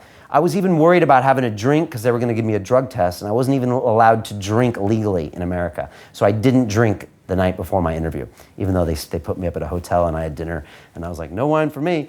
And so that's what I did, and it was awesome. But I was in this building with like 10,000 engineers, and I was working on like an emissions device for a Crown Victoria car that was coming out in 6 years. And at the time, that would have been like 1996, which sounded like the future, right? And I was like, wow. And I was driving these cars around. We could drive any car we want, the supercharged Thunderbird. And I was driving around, and it was so cool. And, you know, it was awesome. But then I looked at these engineers, and I was like, what do you do with your life? You know, they're 40 years old. They make $43,000 a year. They're living in Michigan. They get a company car. And I was like, I don't want to be that guy. So I spent one summer there. I spent one summer at a place called the Aerospace Corporation working on the Galileo space probe. And after that, I was like, I don't want to end up like these guys, man. That's not who I want to be. And then I saw the movie Wall Street. And look, I always loved money as a kid. I was a little entrepreneur as a kid. I used to sell candy on the bus, and I had profit margins, and I was all about the business. And that's why my Grandpa Benedict, my mother's father, he was this horse trader, and he was a rancher, and he was always buying horses and selling horses, and he was a businessman. And he used to love me because I was the same way. So I was always into that. But once I saw Wall Street and started learning about stocks and bonds, man, I was hooked. And once I started doing that, I loved it. I still remember when I understood how a call and a put option worked. I was on the chalkboard in some MIT room at like 3 a.m. where we would be, and I would have like a big can of like diet soda and like a Subway sandwich, and we'd be working all night long and doing it on the chalkboards. And I figured out how a call option worked, and it was like, whoa. And so I started taking classes at the Sloan School of Management, and I could take finance courses with all the graduates, with all the MBA students, and they would let me in there. I was this 20-year-old kid, and I would go in there and I would smoke them all on grades because I was like, had all the math and stuff like that. And so after I got the bug, I wanted to work on Wall Street. And so that was it. I was just fixated. And so I was just interviewing, trying to get a job. And I interviewed, and I put my suit on, and I flew to New York, and I looked at all the big buildings, and I was like, oh my God. And I went in, and the guys were really hard. And I remember I had a pair of braces, or suspenders, as you say in America. And I like put them on, and I was like, I'm gonna wear my braces to the interview, right? And this guy came in, and he was just like, tough guy, trader guy, worked for First Boston, you know, a big company at the time. And he's like, why do you want to work here? What do you know about bond market? And I was just like, well, I don't know stocks. I know how to try. yelling at me, right? And so and I was just like, and then finally he's like, and what are you wearing? And I was like, these are my suspenders, right? And he's like, I don't know who you think you are. He's like, that might work with those equity guys. These are the guys that trade stocks. He's like, but that won't play here on the fixed income floor. And I was just like, I haven't even got the job yet. And I was just like, and then that was my first experience with a Wall Street trader, right? They're just all about intimidation, badasses, moving risk, talking a bit tough. And I loved it. And so I just started interviewing. I got a job. I got an offer as an investment banker, but I thought that was too boring. I wanted to be a trader, and I got a job at Bankers Trust, and I was on the trading floor with 300 guys. They gave me black phones. I was on the phones to the exchanges, and I was rocking and rolling, 22 years old in Manhattan. It was just exciting. So that's why I went there. They were looking for rocket scientists to price all their complicated derivative structures. So they went to MIT because we were good in math, good in engineering. Get one of those guys on the desk, and they're going to be good traders. That's why they wanted me, and I wanted something where I could make a lot of money, be like Gordon Gekko. And I guess when I look at it now, I wanted to scale, like London Real. I wanted to do something that scales. And on Wall Street, you make good decisions, you can be making millions. In Ford Motor Company, I make great decisions about the Crown Victoria, I get like a nice car that year. There's no bonuses, there's no this. So maybe I wanted risk, maybe I wanted to be at a place where what I did could really make a difference. And for me, it was Wall Street. And honestly, if you look back for Dan Pena, it was oil. And these days, or 10 years ago, it was startups, Silicon Valley. And I think every 10 years, there's an industry where young, aggressive men and women go to because they know that's where the action is, and that's where they can get rich, that's where they can do big things. And John F. Kennedy, the president, is famously asked one time, why did you become president? They asked that. And you know what he said? For all the things the Kennedys do, which are great and altruistic, he said, because that's where the action is. And so that's where I thought the action was, and that's why I went there. And sold myself out to Wall Street. But I don't regret it. It was awesome, and I had a great time. So what are things you learned from banking and you're still applying in your life today? I mean, look, when I left banking to start London Real, I had nothing good to say about banking. And if you watch the first 2 years of London Real, I think I'm slamming it all the time. Greedy bankers, doing jobs that they don't like, et cetera, et cetera. And some of that's true. There is a huge component of greed and making a lot of money. And a lot of money to you is not a lot of money to them. And it's just all about trying to rip as much money out of everyone as fast as possible. That's the culture I grew up in. And I get it, and that's okay. And so that mentality, I don't know if that's the best thing. Also, I think people don't really love what they do. I think they go into it to make a lot of money. Some people love it, some don't. But look, I learned a lot of things. I learned you show up on time. I learned as a trader, you better know what your book is. You better know your risk. You better do your homework. You better stay calm. There's so many reasons to panic. Also, you have to know when to cut your risk. When the market's going down the tubes and you are owning bonds or owning stocks, you can't sit there and hope that it goes up tomorrow. You got to cut your losses. And I'd say most people don't even understand how to do that. Cut losses. Sell something at a loss, admit that you just screwed up, and take a hit now as opposed to taking a bigger hit later. So I learned how to do that. I learned also how to just be calm under pressure. A lot of people get crazy under pressure. I'm just like, okay, what's the decision to make? Okay, what's the outcome? We want this? Okay, let's make a decision, Don't get emotional about it. It's already happened. So I try to do that now. And then just working for a corporation, showing up, being part of a team, doing your work, being ready. I think I learned a lot, from that. And thinking big, too. Why can't you sit down at a desk and make $1 million this year? Why can't you make 100 million? Why not make 200 million? The sky is the limit for your imagination. So when you go into a business, why limit yourself? London Real is doing well as a business here, but this is like pennies compared to the money in banking. So for me, we're not even getting warmed up here. I think we can go much bigger. Whereas a lot of people, if you were just a startup, you might be like, oh, wow, this is pretty good here. Well, maybe we should cool it down a little bit. I don't know. I don't think that's true. So it taught me to think big. So that's good. It also taught me to take care of your customers. In London, I had clients for 10 years. I was a credit derivatives broker. I built relationships with over time.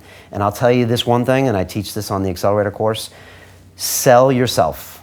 That's what you sell first. You sell yourself. Afterwards, you sell your product. And that's what every great salesperson does. You sell yourself. I do business with you. I do business with Alexander Dziri. I do business with your company, I buy your products, but you're the one I trust, you're the one I need integrity. And so when I was in the city, you're with Brian Rose, yeah? I sell myself. I'm the guy you trust. I'm the guy that gives you the information. I'm the guy that takes care of you on the other end of that phone when you don't know what's going on in that trading floor. I'm the one that keeps you plugged in, and I do it year after year after year after year. And I'm the one that knows your kids' names. I'm the one that's there when your wife divorces you. I'm the one that's always there for you. I build these relationships over time, and that's the way I treat our clients here at London Real. That's the way I treat Bulletproof. That's the way I treat relationships we have like Pena and Ido. I try to cultivate these relationships, so I learned that as well. So you were just talking about, like, if you think big, you could have maybe made 100 million or 200 million. And I think a lot of people who are watching is like, Brian, why did you leave?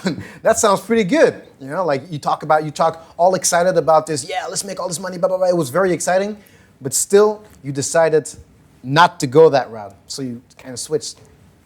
What happened? Why did you do that? I did, and look, there's a lot of money there. Not everybody makes that kind of money, but like I got a couple buddies in New York that, you know, when I was making big money, they were making 10x that. And they'd be flying private jets everywhere. You know, that's the kind of money they were making. And they'd be complaining about their private jet. One of my guys complained that his jet couldn't make it from like the West Coast to the East Coast without refueling, and he was mad, right?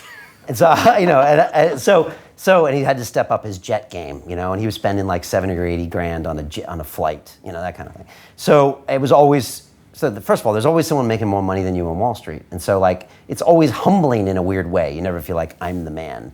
So maybe that's kind of good. But look, money will only get you so far, okay? And I wasn't making hundreds of millions, okay? Money will only get you so far. And the problem is that money isn't the answer. And yet I thought for the longest time it was, you know, and I really thought it was. The American dream was you make the money, you're gonna be happy. We're all taught that you grow up and you're a movie star and you're happy, but just none of that is true. None of that stuff is true. And life is really subtle, the lessons that it teaches you. And it just took me a long time to figure that out. And I literally watched how my bank account was getting zeros added to it, and yet every quarter I didn't feel any better. And I was like, how does this work? This is going up, and I feel lousier than last quarter. So what's going on? And the problem with me is I'm so determined and so dogged that I probably ran that out 4 years longer than anybody else would, right? Until my subconscious finally was like, Brian, you hate this, you gotta stop this. And so then when I started meditating, I think something happened where my brain connected with my heart, and I was just like, I hate this, I gotta stop doing this. So yeah, I mean, that's why I left. And I know people that are still there that are chasing that money, and it's hard to walk away. It's a lot of money.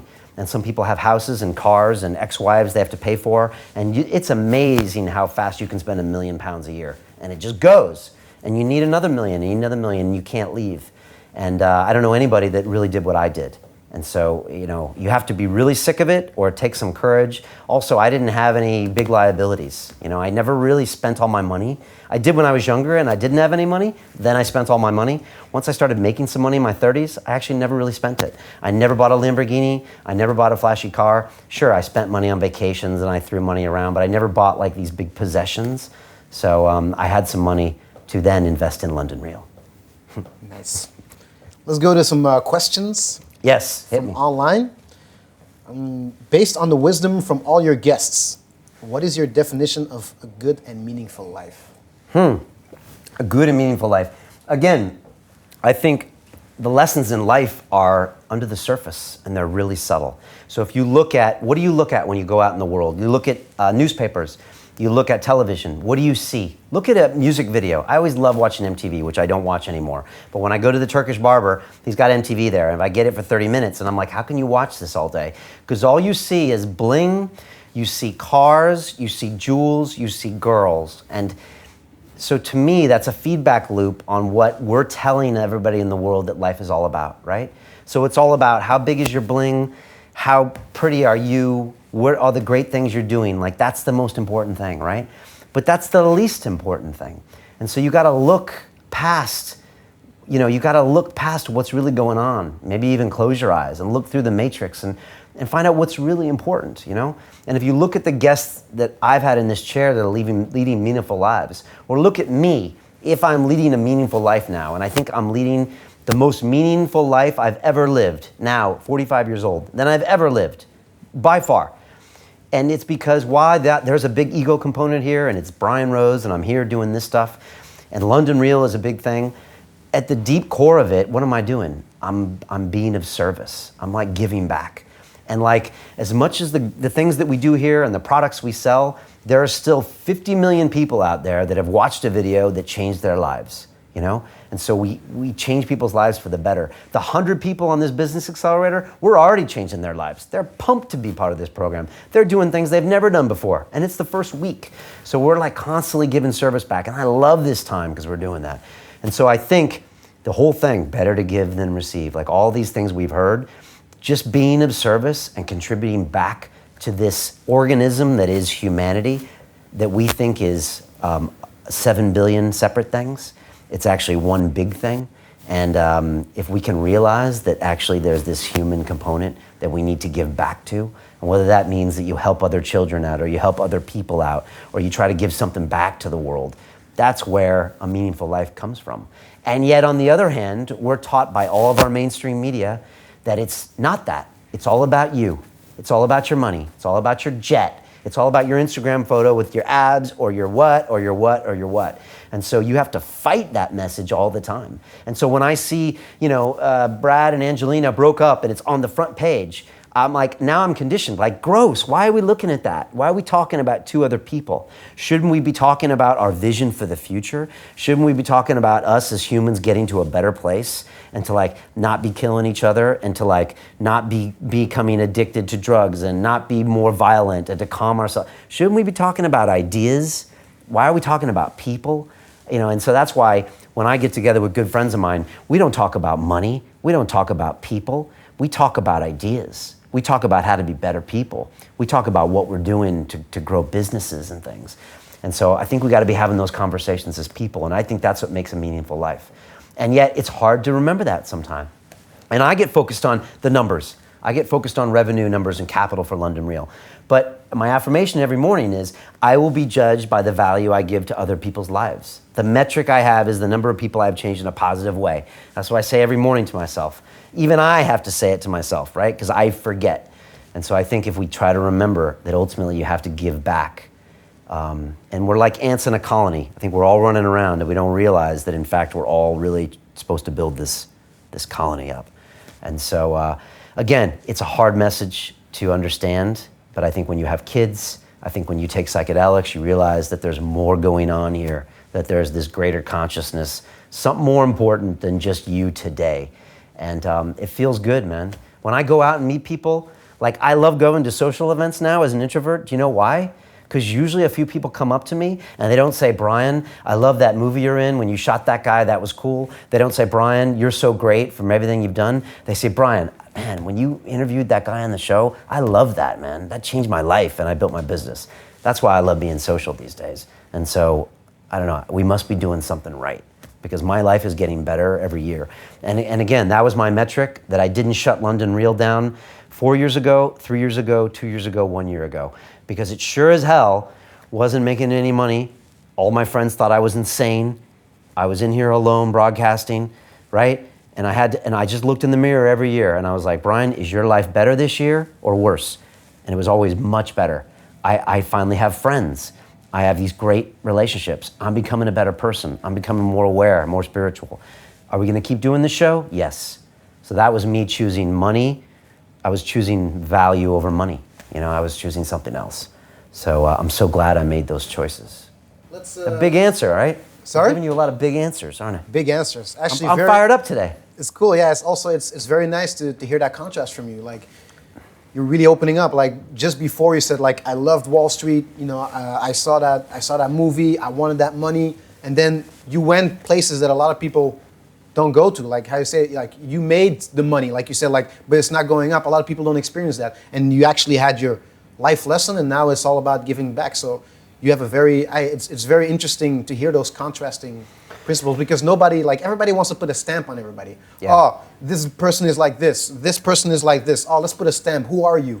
But it's very interesting. Like you talk about, like you have a lot of facets, and that's just who we are as human everybody beings. has facets, and like I'll go back to Jocko Willink again. I'm a big Jocko fan. I listen to his podcast every week. But Jocko talks about the dichotomy of leadership. So you have to be close to your men, but not too close. You know, you have to listen to your men, but then you have to tell them what you have to do. You know, you have to be tactically aware, but always be strategic. And so, like, I have a dichotomy to myself. So I love making money. Yeah, love it. But like, I also love giving back and like also doing a show that's just about this goodness that we're giving to people. And like, I have crazy dichotomies going on with me all the time. You know, at one point I'm this, and the other part I'm like this. And so like on one part, I'm like crazy Wall Streeter. And on the other part, I'm like the ayahuasca shaman, where I'm just like, okay, why don't you give that person a hug? And why don't we not fight with that person? And why do we, and then like a guest on here has a bigger show than me, great. You know, someone else has a bigger podcast than us, great, let's have them on our show. Why are we fighting with them? Why are we competing with them?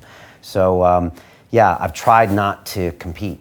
You know, one of my guys that I look up to a lot is Ice-T, you know, a great rapper, and we're gonna have him on the show at some point. But he used to say in the gym, he's like, don't look at the left of the guy or the right to the guy, because there's always a guy at the gym that's lifting more than you, that's got a better body, blah, blah, blah. There's always someone out there in business who's making more money than you, who's got more YouTube subscribers. Focus on yourself, you know, focus on yourself. You know, what can you do that day? How are you doing? Are you getting better? Are you getting stronger? Is your business growing? You know, focus on yourself. So, yeah, again, I think everybody has lots of facets and dichotomies. Let's do something fun. All right, this is fun. I'm going to mention some guests, and I want you to answer me in one word or one sentence what you think of them. Okay, I'm gonna try to say nice words. Ido Portal. Inspiring. Can I go on a little bit? No. Okay. Jocko Willink. One word, huh? Give me a sentence too. I mean, I could say inspiring again, but that's no good. Jocko is a deeply nuanced and fascinating guy, you know? Okay. Mimi Icon. Mimi is so, she's so vulnerable and yet very tough. Elliot Hulse. So in tune with his emotions. Gary V.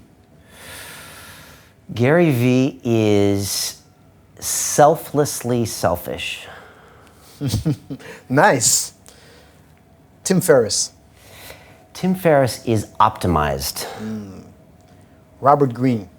Robert Greene is one of the kindest, gentlest men I've ever met, and not what you would think he is. He's not conniving you with the 48 laws. Either that or he's doing a wonderful job on me. Michael Venom Page. MVP is a true martial artist to his core. And if you're a martial artist, you know what I'm talking about. Someone who channels the outward violence of martial arts into a spiritual level. And a true martial arts treats people the way people should be treated. It's a long sentence. Yeah. Chris Eubank. Chris Eubank is a showman. Dorian Yates. Dorian Yates is a spiritual, deeply spiritual man. Deeply spiritual man, yeah. Dan Pena. Dan Pena is a cunt. Dan Pena is a cunt and he is a treasure. He is a treasure. And we should treasure him because he's not going to be alive forever, although he's probably going to outlive me. But we should treasure him. We really should. You're getting on his wall of fame pretty soon, so I've heard. There's a rumor that I will be the fastest person to ever appear on the wall of fame. How does that make you feel? From the Castle Seminar. I don't know how it makes me feel. Again, I could do a whole episode about how I feel about Dan Pena. When I first met Dan Pena, I was very unimpressed with who he was. He lived in a castle and the billions, and I just wasn't impressed. But I found from the very beginning that he was a very generous guy, and he was always wanting to help me And he's again, dichotomy, he can be extremely generous and also extremely abrasive at the same time. And so, but, I spent time with Dan, and when I was at his castle, I had a realization, and I don't know why it happened. It's not really anything Dan said, and Dan didn't tell me to do anything, but I had a realization that I needed to step my game up. And Dan facilitated that realization. Just like many London Real episodes facilitate people to do the same out there. They really do. And so I will always be grateful to Dan, and that's why I continue to shower him with millions of views on YouTube that he doesn't deserve, because I will forever be grateful to Dan. And so something happened to me. So the fact that I'm being on the Wall of Fame, it's an honor. I'm up there with billionaires, so that's great. But for me, I don't know, I'm not a bottle popper. I don't really think much of awards. So for me, I'm focused on us producing great products, great things for London Real. I don't pop bottles when we make a lot of money. I don't pop bottles when we have great shows. So for me, it's great to be on the Wall of Fame, but we'll move on. I think he kind of succeeded, I guess, in what he's doing because he wants to make everybody step up their game, but he's just, being aggressive or however you want to call it. So he kind of succeeded, I guess. Yeah, I mean, he's trying to do. Again, like whatever happened, but something happened to me at the Castle Seminar, and I wrote a long blog post about it. And I don't unpublish things, okay? My blog about ayahuasca is out there. My blog about Dan Pena is out there. All my episodes about Dan Pena is out there. So I might call him a four-letter word. You can see videos where Dan Pena has inspired me to make changes in my life because it all happened. So that all happened because of Dan Pena. So no matter what he does or nasty things he says or whatever, that's all true.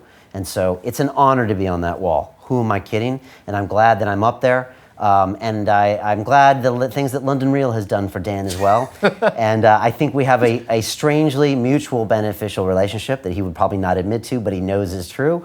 But again, let me say it clearly. Dan is a national treasure. Dan does amazing things. Dan calls people out and he gets reactions because most people know that they're slacking, that they're not working as hard as they should, and they need to get after it. They need to stop making excuses and go get the work done. And I feel that way, and Dan's just got a harder way of telling people, but most people know that, and I think that's why they respond to Dan. And, I think Dan's gonna keep doing what he does. And again, he's up there at those seminars teaching 20 knuckleheads at a time. And just because those guys are wearing suits doesn't mean they're not knuckleheads, because I've been in class with them. And, he literally has to carry them across the goal line, and it's hard. And so, look, he's doing God's work. He really is. He really is, and people forget that about Dan. He really is out there doing that work. And again, he really does spend time doing that. Of course, yes, it's all in his own self-interest to do that, but of course, that's the dichotomy of ego. And, that's like Gary Vee, selflessly selfish. You could say the same thing about me. He's out there spreading a message, and it also promotes him.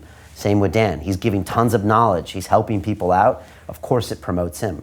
Dan is the one that says it's all about me becoming the greatest high-performance coach ever. So in a way, Dan admits to it being about him, but it really is about other people.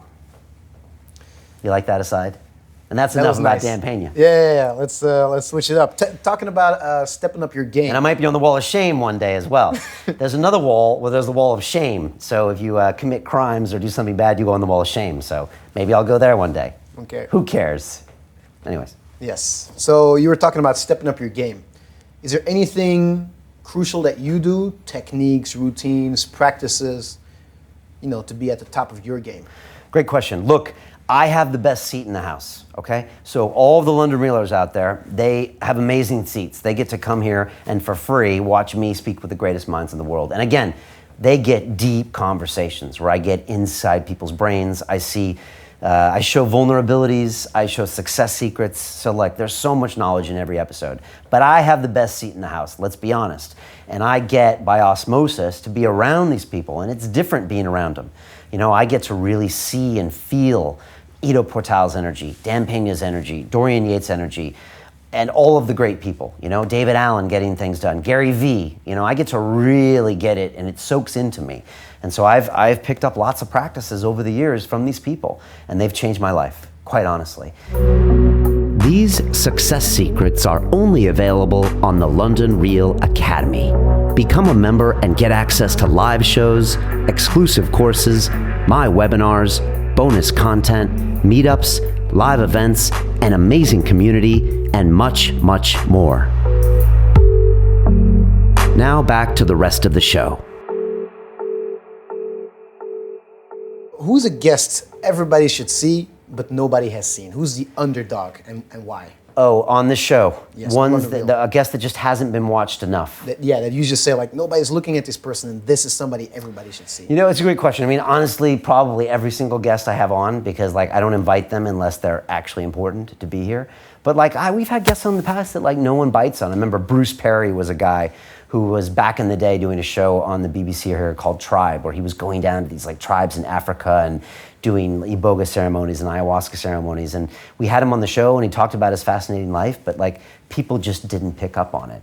And we have a lot of guests like that. You know, we have a lot of guests that I find sleepers that people just, I don't know, they're not hooked because they're not flashy or they don't present themselves. But I think everybody has a deep and meaningful story. And so, you know, the good thing is that most of our guests over time, they get views, you know, because they're great shows and they get searched and get YouTube. So, you know, most of our guests get between 50 and 100,000 views anyway. So I don't think anyone's being ignored, but I have to go back through the catalog. But we've had so many people on now. Bruce Perry. I mean, you know, but I'd say Bruce Perry, I guess, yeah. Okay. But between, you know, Silicon Reel, we got 100 entrepreneurs and CEOs. I think those are some of the ones that people ignore. These are people that have built billion-dollar companies from struggle, from scratch. And so a lot of people say, oh, I'm not into tech, I'm not an entrepreneur, but these people have life lessons. So between those people and London Real, we're almost at like 400 people I've spoken to. So I think that is something that people should pay more attention to. But honestly, every single guest that sits in this chair, I've curated to be important for you to listen to. So listen to them. I think we can learn lessons from all of these people, even from a pussycat doll or someone you think, oh, why should I listen to this person? I get that all the time. Oh, Will Young, he's a pop star. What do I have to learn from him? Well, wait a second. This guy was at the top of his game. He dealt with pressures you'll never understand. He dealt with depression and hardship. Anybody who's done that has lived a life you can learn lessons from. So I think a lot of times people need to just, you know, sit back and listen and learn. Okay. All right, Brian, you made it. You're the biggest show online. People swarm our inbox for invitations. You get to pick who's on the show next. Who are our 3 next guests? Man, okay, that's a great question. So I can have anybody I want, right? Anybody, 3 people. You know, I'm thinking I'm thinking world leaders. I don't know. Like Obama came to mind, but then again, I've heard him interviewed and like, I don't know, he's kind of doing interviews now at the end of his term and I don't know what he would add right now. You know, I think maybe I get him in 5 years when he can talk a little more openly, but I don't feel like that interview really jumps out and strikes me. Let me keep thinking about it, but I get asked this question sometimes. Now after 5 years, I don't get like starstruck celebrity stuff. It used to be like, oh, we were about to get Sting or Bono on the show, and I was like, oh, well, great. But honestly, I don't get that excited anymore because I think we get amazing conversations from the people we have on. And I don't know if having Bono from U2 in this seat is really gonna lead to a better interview than Dorian Yates or Ido Portal. I'm not convinced it would. So yeah, it might be great to tell people that I've had Bono on, but then again, that's about my ego, isn't it? So is it really gonna affect people's lives? And we've had guests on with 5 million Twitter followers, and sometimes they have 1/10 of the views of the people with 100,000 Twitter followers. So for me, it's really the impact of the message and not the celebrity. And I know I'm dodging your question. No, it's a great left field answer. But no, but it is true. And so I honestly don't sit around waiting for that celebrity guest. Yes, I get excited when a celebrity wants to come on because I think about the great conversation we're gonna have, and it shows us, just like the 100 Business Accelerator students, that we've arrived. So when a big guest wants to come on our show, like Eddie Izzard, that's a global famous comedian, I'm like, okay, we have arrived another step. So that's important for me, but I'm not sitting around like, oh, I really hope they come and sign my autograph. You know, I don't think that's what it's about. I think it's about this message. And so I'd much rather have a moving conversation with Ido Portal in London, where we're making a piece of media that no one's ever seen before, that's gonna affect people's lives. You know, 250,000 people have seen that. Not only that, it's the most watched video that Ido does on YouTube, and he does a lot of incredible things. And more people than anybody else come up to me and say, that changed my life. That's the piece of media I wanna make. Gotcha. I don't need to interview Will.i.am or Justin Bieber, although I would love to interview Justin. But I mean, All right, again, so Will.i.am, Justin Bieber, Barack but what am I going to get? Obama. Like, Justin sits down, like, am I going to get a serious interview? Is he going to go deep? Is he really even going to be able to talk with 50 million Twitter followers? Is Will Smith going to be honest with me? I don't know. Maybe he will, maybe he won't. I would rather get that person that's just kind of slightly not what you would expect. And I guess I should probably come up with some names, but I'll come back. It's cool. It's a nice left field answer, actually. It's very nice. Okay. So, another hypothetical. Yes. London Real has sold for $1 billion. Great question. Okay. Wait. Yeah. You're on the front. You're the front page of Forbes. Yeah. And you're gonna start a new company tomorrow. Okay. You can pick 3 London Real guests to be on your board of directors. Who and why? Wow. Okay, Dan Pena, just joking. Well, first of all, that assumes that I sold the company for $1 billion. All right, so that's the decision first I'd have to make, right? Would I sell this company, right? You just saw the UFC sell for $4 billion. I would have told you that, Lorenzo Fertitta and Dana White never sell that company. Of course, I'm wrong. And so the truth is, in the capital markets or with anything, is there always is a price to sell. There just is, no matter what you say. There pretty much is. Now, maybe not for Facebook and Zuckerberg, because it's already worth so much. So would I sell? I guess for a certain price, I guess I would have to. But then what do you do next? That's the great question. And so would you sell? Yeah, maybe for the right price. What do we do next? I don't know. I'd like to think that all of us go fly to an island, we party for a couple days, and then we all get into a room. And we're like, what are we going to do next? And maybe it has something to do with media.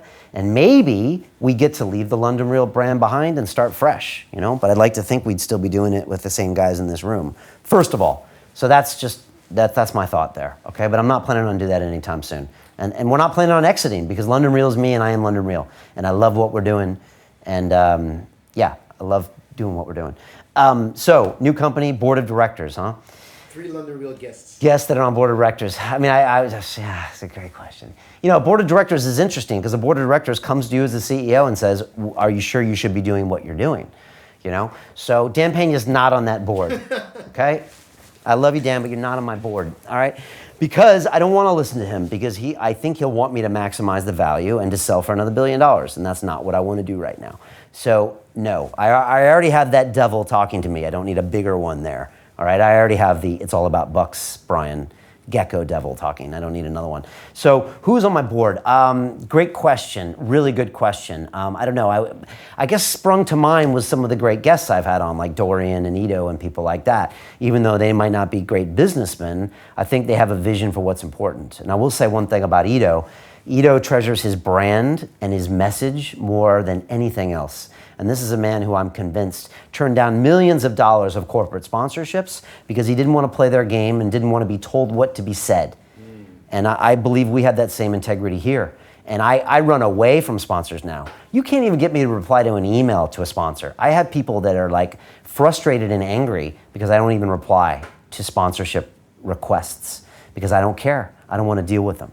I would rather we have our own products and all that stuff. So maybe have someone like that or someone like Dorian who's deeply spiritual who can be like, all right, what's the move that we're going to make in the long run? But I don't know. I got to think about that. Who else would come to mind? I don't know. I kind of blank sometimes. If you don't know, you don't know. It's no problem. I have to look to the wall. Let's come back to yeah, it. okay. So no, that's my answer. Best advice ever received from a London Real guest? Best advice ever received. Kevin Kelly was on recently and he said, Brian, and I told him I just had a son. And he said, oh, that's really nice. He said, have lots of children. And I was like, okay, you mean like 2? He's like, lots of children. He's like, they're just the most beautiful gift ever. And it really made me think, and I have a 12-year-old daughter and I have a 4-month-old son, and they both have given me so much, like huge lessons. Gabby has given me so much. She really was a big part of me evolving over the last 5 years as a human. And I think she knows how much she gave me, but I'll say it now so she knows.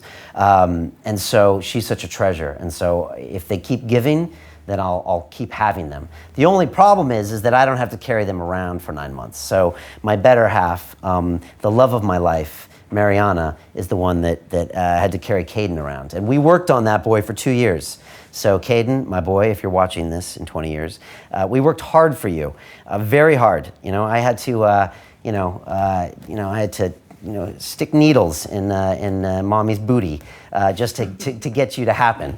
And so we worked really hard on him. And so I know it's hard to raise a family. And you know why I'm here in the limelight right now with all the lights on, talking about London Real and scaling the message. You know, there's a lot of hard work being done at home that allows me to do this, okay? And that's done by Mariana, the love of my life. All right, she's the one that keeps the house steady. She's the one that keeps Gabby in check. She's the one that keeps Kaden, alive. And she's the one that sleeps with him all night. She's the one that does all that stuff, and she's the rock. And she's always been so supportive of this endeavor. She's never jealous of London Real. There's a lot of women out there that compete with the business, and when the man chooses to do this, she's like, well, why are you doing that and not me? And she understands that this is like a huge part of my evolution. And I think she sees that I'm a better person, because the guy I was 5 or 6 years ago wasn't such a nice guy and didn't like himself and wasn't a very congruent person, was abusing himself in some ways, was like a lot of bad things going on. And I think she sees a better person now. But also sometimes I get crazy about London Real, you know? And sometimes, you know, I'm here all the time, super focused. I'm on vacation in Barcelona and I'm talking to people about the Business Accelerator program. And so like I have to constantly try to manage that relationship, but she's the one doing the hard work. So if I want a family, I better check with her. But darling, we think we should have 3 or 4 more and procreate. And this comes from a guy who was never gonna have kids for 40 years. Never wanted anything to do with responsibility, never wanted anyone to hold him back from his achievement and his dreams.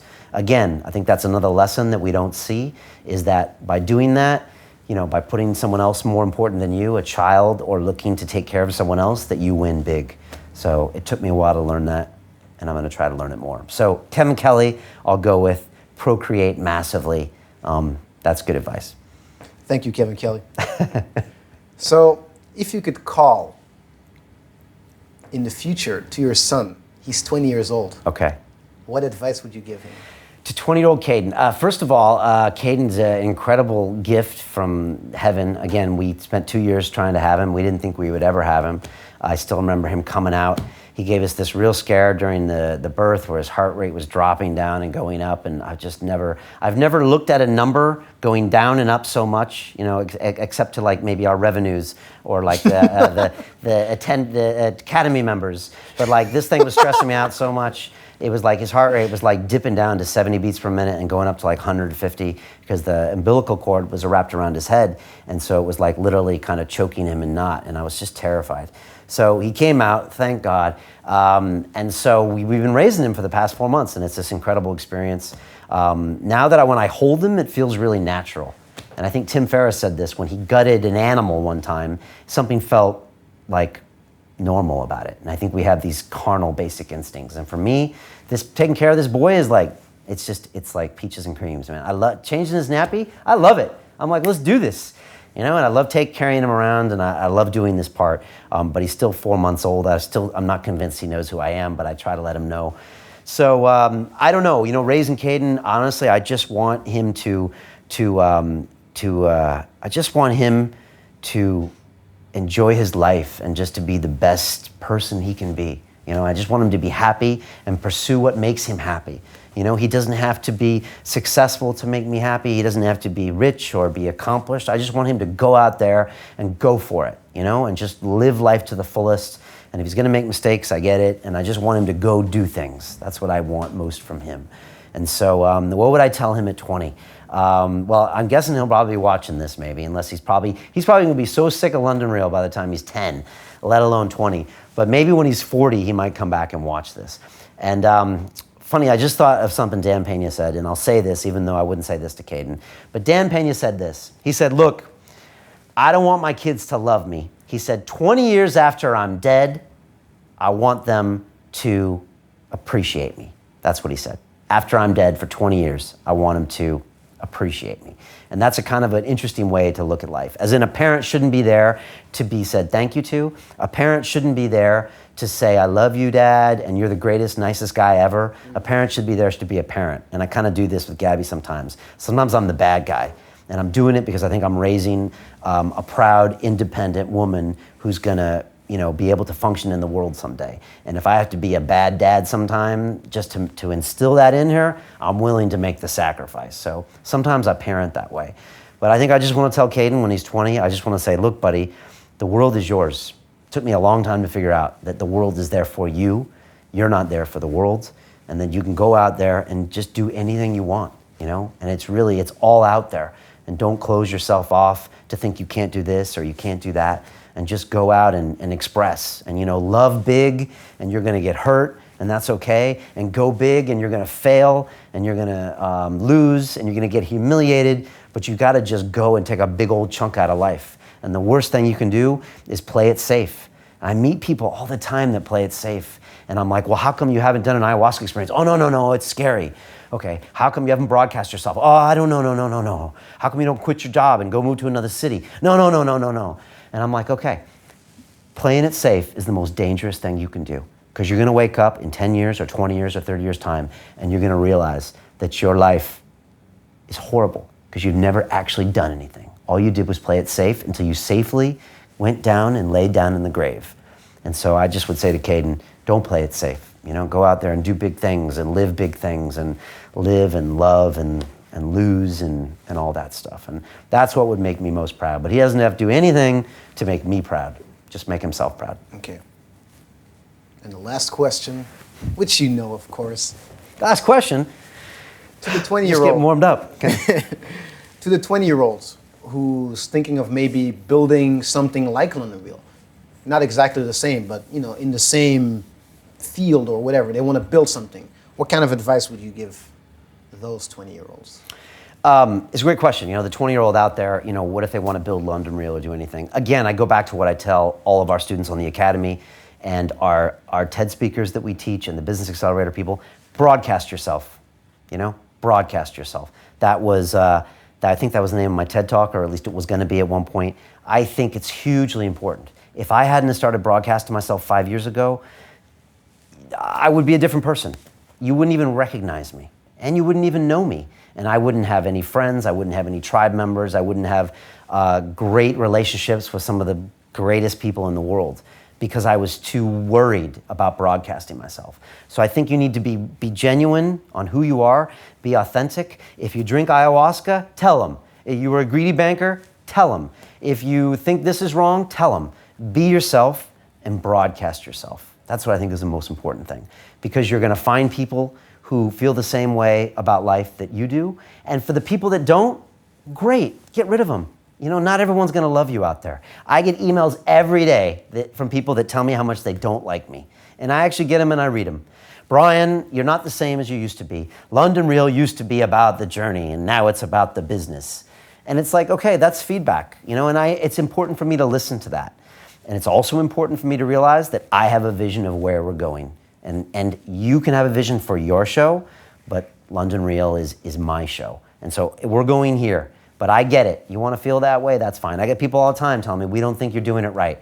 We don't think you should ask this. Why come you didn't ask Chris Hadfield why they faked the moon landing? I believe the moon landing was real, okay? I believe the earth is spherical, not flat. Okay, I believe all of these things. I believe Rupert Sheldrake, and I love Rupert, is wrong about the dog knowing you're about to come home, okay? It conflicts with my scientific mind. And people disagree with me, and it's okay. I got a lot of people out there that don't like me. That's okay. I think when you broadcast yourself, you just cut out all of the wasted time, and you find out who doesn't like you, great, and you find out who loves you, great. So I think that's the best thing you can do. That, and just start thinking about a business early on. All those YouTubers, think about a product ecosystem. Take some responsibility. And funny enough, I had the same conversation with Jocko when we were down in the lobby after we had this episode, and he was just starting out with this podcast. And I was like, you know what, Jocko, so many podcasters, they get a sponsor, and then they sit with that sponsor, and they never develop the business. And I'm like, you know what, there's nothing worse than another broke podcaster or another broke YouTuber. Don't be that guy. I mean, I didn't need to tell Jocko what to do because he's got a book and a business. I wouldn't tell Jocko what to do. But I remember having this conversation with him and many other people. Step up. It's your responsibility as a brand, as an entity, to go ahead and build your business. So do it. Really start thinking about your product ecosystem, because it's not about money. If you build a business, you have the capital to scale your message. If you don't, you're going to be that guy that used to have the radio show that now works as a waiter, because you didn't build it as a business. And if you do build it as a business, you're going to be a Joe Rogan or a Mark Maron or a Charlie Rose, because they built a business. And it wasn't about the money they made. It's because they had an entity that can reproduce itself, that can make beautiful sets, that can fly down and interview Dorian Yates over 3 days and make a beautiful documentary that we're about to do, that can take 100 people and build businesses around the world. That all took a business. So I think it's super important for people to just step up and realize it's not about the bucks, like Gordon Gekko would say. It's about taking ownership of your life so you can do what you want to do, and you don't do what a boss tells you to do to collect a paycheck, so you can watch a movie on the weekend, have a beer, and go rinse and repeat. I think it's about taking ownership of your life. And that's what we're trying to do at London Real. Ultimately, we want to empower people to be able to do what they want to do with their life and live their passion, like what I'm doing right now. I love this stuff. And when we see people doing things they love, that's what we're attracted to, right? Mm-hmm. Olympic athletes, entertainers, comedians, movie stars, what are they doing? What they love. That's why they shine. Apple Computer, Steve Jobs doing what he loved. That's why they shine. I think if everybody did what they loved, then the world would just be the great place. GDP would go up. So if I can help people get to that level, great. And if it takes Dan Pena or Ido Portal or any of these people to snap them out of it, or if it takes me telling them that they should step up their game and stop being lazy and take some risk and join the academy and be accountable, then I'm happy to do that. Because I like seeing people that do things with their lives. So super important. Nice. Well, go ahead. Did we forget any questions? I don't think so. Okay. So I just want to check my iPad. take the time to acknowledge you for a second. Okay. I don't know if anybody ever told you this, but 5 years ago, you made the right decision. So you made the right decision. I think you really built something here that a lot of people find meaningful. I'm sure the whole team, they got attracted to you and wanted to work for free because they believed in the message. And I think it's not easy to do something like that. It's just being real with yourself and trying to find something that you really care about and then fight for that. I think that's really hard. It's like, go follow your passion, blah, blah, blah, it's all going to be fine. But I do think it's really hard. And you don't find, if it would be that simple, everybody would be doing it all the time. But they're not. And London Real is doing that. And that's why it's attracting people to it. So I just want to say thank you for letting me in the door. Thank you for starting London Real. I'm grateful for being here. And please keep delivering the message of London Real for a long, long time. Thank you. I appreciate that acknowledgement, Mr. Dziri. And look, you're right. It's hard. It's hard to do these things, and so maybe I make it look easy. I mean, part of our mantra around here is to make it look easy. I think that's what great professionals do. They make it look easy. And so if we do that, that's just an illusion. It is really hard to do. And we teach that to all of our entrepreneurs here, that it's just like getting kicked in the teeth every day. And London Real, I mean, we would build these amazing episodes and we'd create these beautiful pieces. And sometimes our guests would actually complain and say, no, I actually didn't like that. And so it was like, honestly, constantly, it's like getting kicked in the teeth as an entrepreneur or even creating London Real. So many times, I had so many reasons to stop. So many times. Like, I'm doing this great thing, how come I can't get an advertiser to pay me? Or I do these great things, now the guest won't return my phone call, and we spent a week on this, And so there were so many reasons to stop, and yet I think the reason to keep going was because we were passionate about it, and we loved doing what we were doing. And I think that passion will come through and get you through all of those bad times and all those no's, because it is hard, And I think anybody that creates something worth anything has been through those hits. And that's why I think the story isn't what you always think. When you see someone successful overnight, usually they've been told so many times that they're not good enough, that they've been told no, and they've just found a way through. So yeah, thanks for saying that. And thanks for being here, Mr. Dziri. Part of what I love about doing London Real, and I had this realization the other night, and I think it was after a focus group when we were all there. And I mean, let's be honest, we have these super focus groups, and they're Friday from 7 o'clock until midnight, okay? And there's no overtime at London Real, and I don't ask people if they have plans. Everybody shows up, and the video guys are there, and people are taking drinks home afterwards, and they're cleaning up, and you're there, and the whole team shows up, And I just, everyone is always all in around here, and I just had this thing where I was just realizing how much you guys have grown as people, and I just love seeing it, Whether it's you or Julian Bales or Luis or Danny or Dre or all the people here that are like our core team. And it's beautiful for me to see you guys becoming, grown-ups, to becoming mature young men, businessmen. That means a lot to me just to see you guys do it. So, and you all deserve to be here. You deserve to be here. I thank you for being here, Mr. Dziri. You guys are crucial parts. I value you guys so much. I think we have the best in the world working here, and I don't say that lightly. I think when people try to get positions here, they're always shocked that I'm demanding and that I want videos. And when they come in, I ask hard questions. I think people are surprised sometimes. But like, we want the best here because we need to be around great people. And I think one of the things you realized when you got here, where you were like, wow, everyone's at the top of their game here. And I'm surrounded by 8, 10 people pushing at the top of their game every day. And if you get those people in the room, great things happen. And I think even Dan Pena said one time, he said, Brian, he said, get all the right people on the same bus. It doesn't matter where the bus is going. And I agree, get them on the same bus, you know? And he's right, just get the right people in the room and you're gonna go great places. And so I like to think that's what we're doing around here. So it's awesome having you guys here. I'm glad I started breakdancing and glad you showed up. But again, back just to finish off, I'm super grateful for everybody out there who stops me on the streets.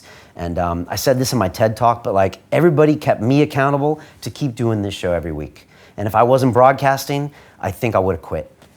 I mean, I don't know, I'm not a quitter, but I might have quit, but I had to be there every week and I would have been embarrassed by this tribe and I felt like I had a commitment to these people I never met. And now there's no way I can. And I'm grateful for you guys for allowing this to even happen. And I'm grateful for all the people out there that watch. When people stop me on the street, I always say one thing before I leave. Thank you for watching. You know, I don't deserve anything. Thank you for watching. I know you had 2 hours. You had something better to do. Thank you for watching. And like Ice-T said one time, he makes fans the old-fashioned way, one at a time. And I think that's how we make London Reelers, one at a time. And so that's what we're going to keep doing tomorrow. We're going to come in here and we're going to create amazing media, tell great stories, and hopefully make another London Reeler and another one and another one. And that's the plan. And for the next few years, a year ago, I had these plans of what we were going to do as a media company and start to accelerate people's businesses. And I can't believe what we've done. But for the next year, we're just going bigger, and we are going to be producing content that's on the cutting edge. We're going to make documentaries at the Cannes Film Festival look bad. We're going to create these conversations with people that are going to have people blown away. Like what we've done with Ido Portal, the moving conversation, we're going to do in a way where people are going to be, it's they're going to choose that on Netflix over some series because it's going to be so compelling. And I think it's, again, extreme ownership. Our job to find compelling ways to get these ideas in people's heads. So if people don't want to watch two people sitting in a studio, then we better get creative. If I got to jump out of a plane to get the idea in someone's head, then maybe we should do that. So I think we have to get creative. I think we got to think off YouTube. We got to think about our live events. We got to think about how we can touch people's lives more. How can we build 1,000 businesses or 10,000 businesses next year? How can we get more people to broadcast themselves on the Academy and to do these mind and body challenges, to start meditating, to start a movement practice, to start being more spiritual, to give back to their community? That's super important. Where are we going with that? It's I think that's most important for us all to think about. And I want to think out of the box. It's not about who's the celebrity we can get in the studio. That's the wrong way to think. It's how can we 10x our game and really go big to where we can again, the metric is changing lives. It's not about 10 million YouTube subscribers, and I don't even think it's about the views. We stopped chasing views and subscribers a long time ago. Now it's about impact. And with the latest Business Accelerator course, that's impact. When 100 people trust their futures to you, that's a big bet. And so that means something to me, as opposed to 200,000 YouTube subs that clicked a button. That's great, but those people didn't invest thousands and thousands of dollars and their entire future in us. So that means a lot. So that gets me fired up. I'm fired up. I want to keep building this, keep building the team, but again, keep it OG, keep it 100%, and make sure we're proud of all the content we produce, and it's on the cutting edge. And I also want to make sure that I become a better manager. I make all of you motherfuckers happy. So you're coming to work tap dancing, that you're fulfilled, that you have budgets to do what you want to do, that you can hire people to do what you want to do, that you can go do spin-offs if you want to do them. That's what I should be doing. I should be making you guys happy, because I think great managers make other people happy. And the same with my family. I got to make sure my family and my friends still come first, that they're still happy, they're still fulfilled, that I'm still giving them time as well. and I got to keep growing too. So like those are my plans for the next year. I'm guessing I'll be sitting down in another year, and I'll have to, I'll have to come and see how I've really done, but hopefully we keep doing big things. Yeah, we're gonna fail. I'm gonna make some mistakes. We're gonna get knocked down. Maybe people will say, oh, you screwed that up, you did that wrong. Honestly, if we haven't done that, then we probably weren't shooting big enough. So yeah, I hope we have failures. I welcome failures. I welcome humiliation. I think if we don't do that, we're not thinking big. So if you see me not getting humiliated, be like, go big, Brian, go big. And my breakdancing is going to improve, and you're going to be able to put me into a cipher, and you're going to be like, that's my boy. That's B-Boy B Rose, right? Can't wait for it. And again, I just want to express my gratitude to you. You are an incredible breakdancing instructor. Thank you so much for the instruction you've given me. It's changed my life. You're an OG of the game, and so you've taught me that there's a lot of history here. There's a lot of things I need to learn. There's a lot of movement I need to learn, and it's not just about this, it's not just about that. So thank you much for that, and thank you just for all the time. You came and you took a Eurostar here for months and months and months just to train me. No strings attached, not charging me anything. And again, thanks for coming in and just sharing with the group. Your energy is infectious. We love your energy here at London Real. So I appreciate that. Thank you very much. Yeah? Yes. All right, did I talk long enough? I think so. Anything else? No. You didn't even ask me any advice to my 20-year-old self. You want to give advice to your 20-year-old self? If you want. If you could call your 20-year-old self, what advice would you give yourself? I actually didn't even prepare this, so what would I do? I'd call Brian, 20 years old. He was a sophomore at MIT studying mechanical engineering, probably didn't know about Wall Street yet. He was super intense, super worried about his future, super stressed out. What would I tell Brian? What would I tell Brian? I probably would have told him to take some psychedelics earlier, because I think it would have allowed me to connect with my heart and find out what I really wanted was connection, relevance, to help other people in a big way, as opposed to just making a big amount of money and making himself big.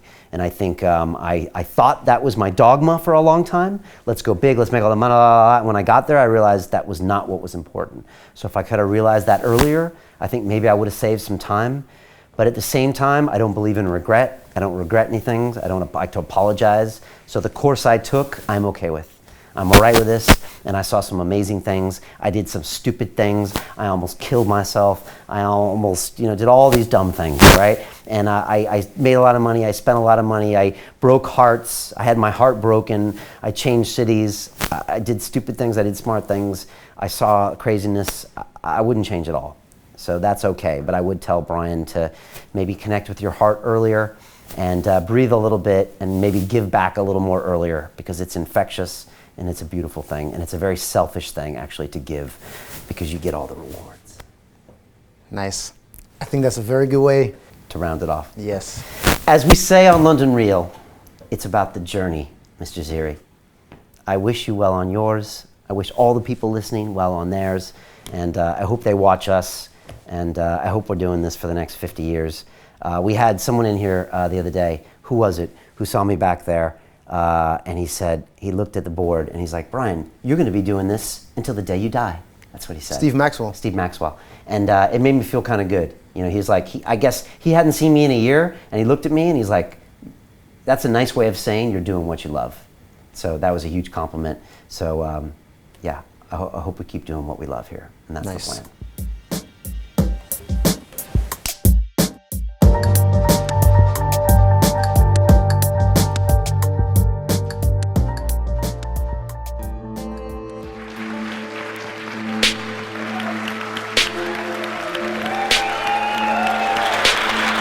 The critics who always speak behind my back, maybe I want to hear them remind me, he's back, the great pretender. I hope this time he gets hurt. I love these guys, they give me fuel. If you want to reach your objective, you want to achieve it, you're gonna have to be obsessive, you're gonna have to be obsessed. Feel what you do, feel it. If you're not feeling it, it doesn't matter. It's Chris Eubank Jr. How do you explain his prowess in the ring. Junior has that obsession, that genius, that magic. Genius is obsession, but it's in one area. You studied the sweet science for so much of your life. How do you walk away from it? Do you miss it? You can't walk away from it. I am it. And even when I dance, really I'm boxing. The credit belongs to the man who's actually in the arena, whose face is marred by dust and sweat and blood, the one who strives valiantly. What was the worst day of your life, and how has it shaped you as a human being? When I fought Nigel Benn, I stood like this. It was to mask this. The risk must be taken. That's why you are London Reelers. That's why we're here. We're tired of sitting still, watching it happening for others. Let's do it.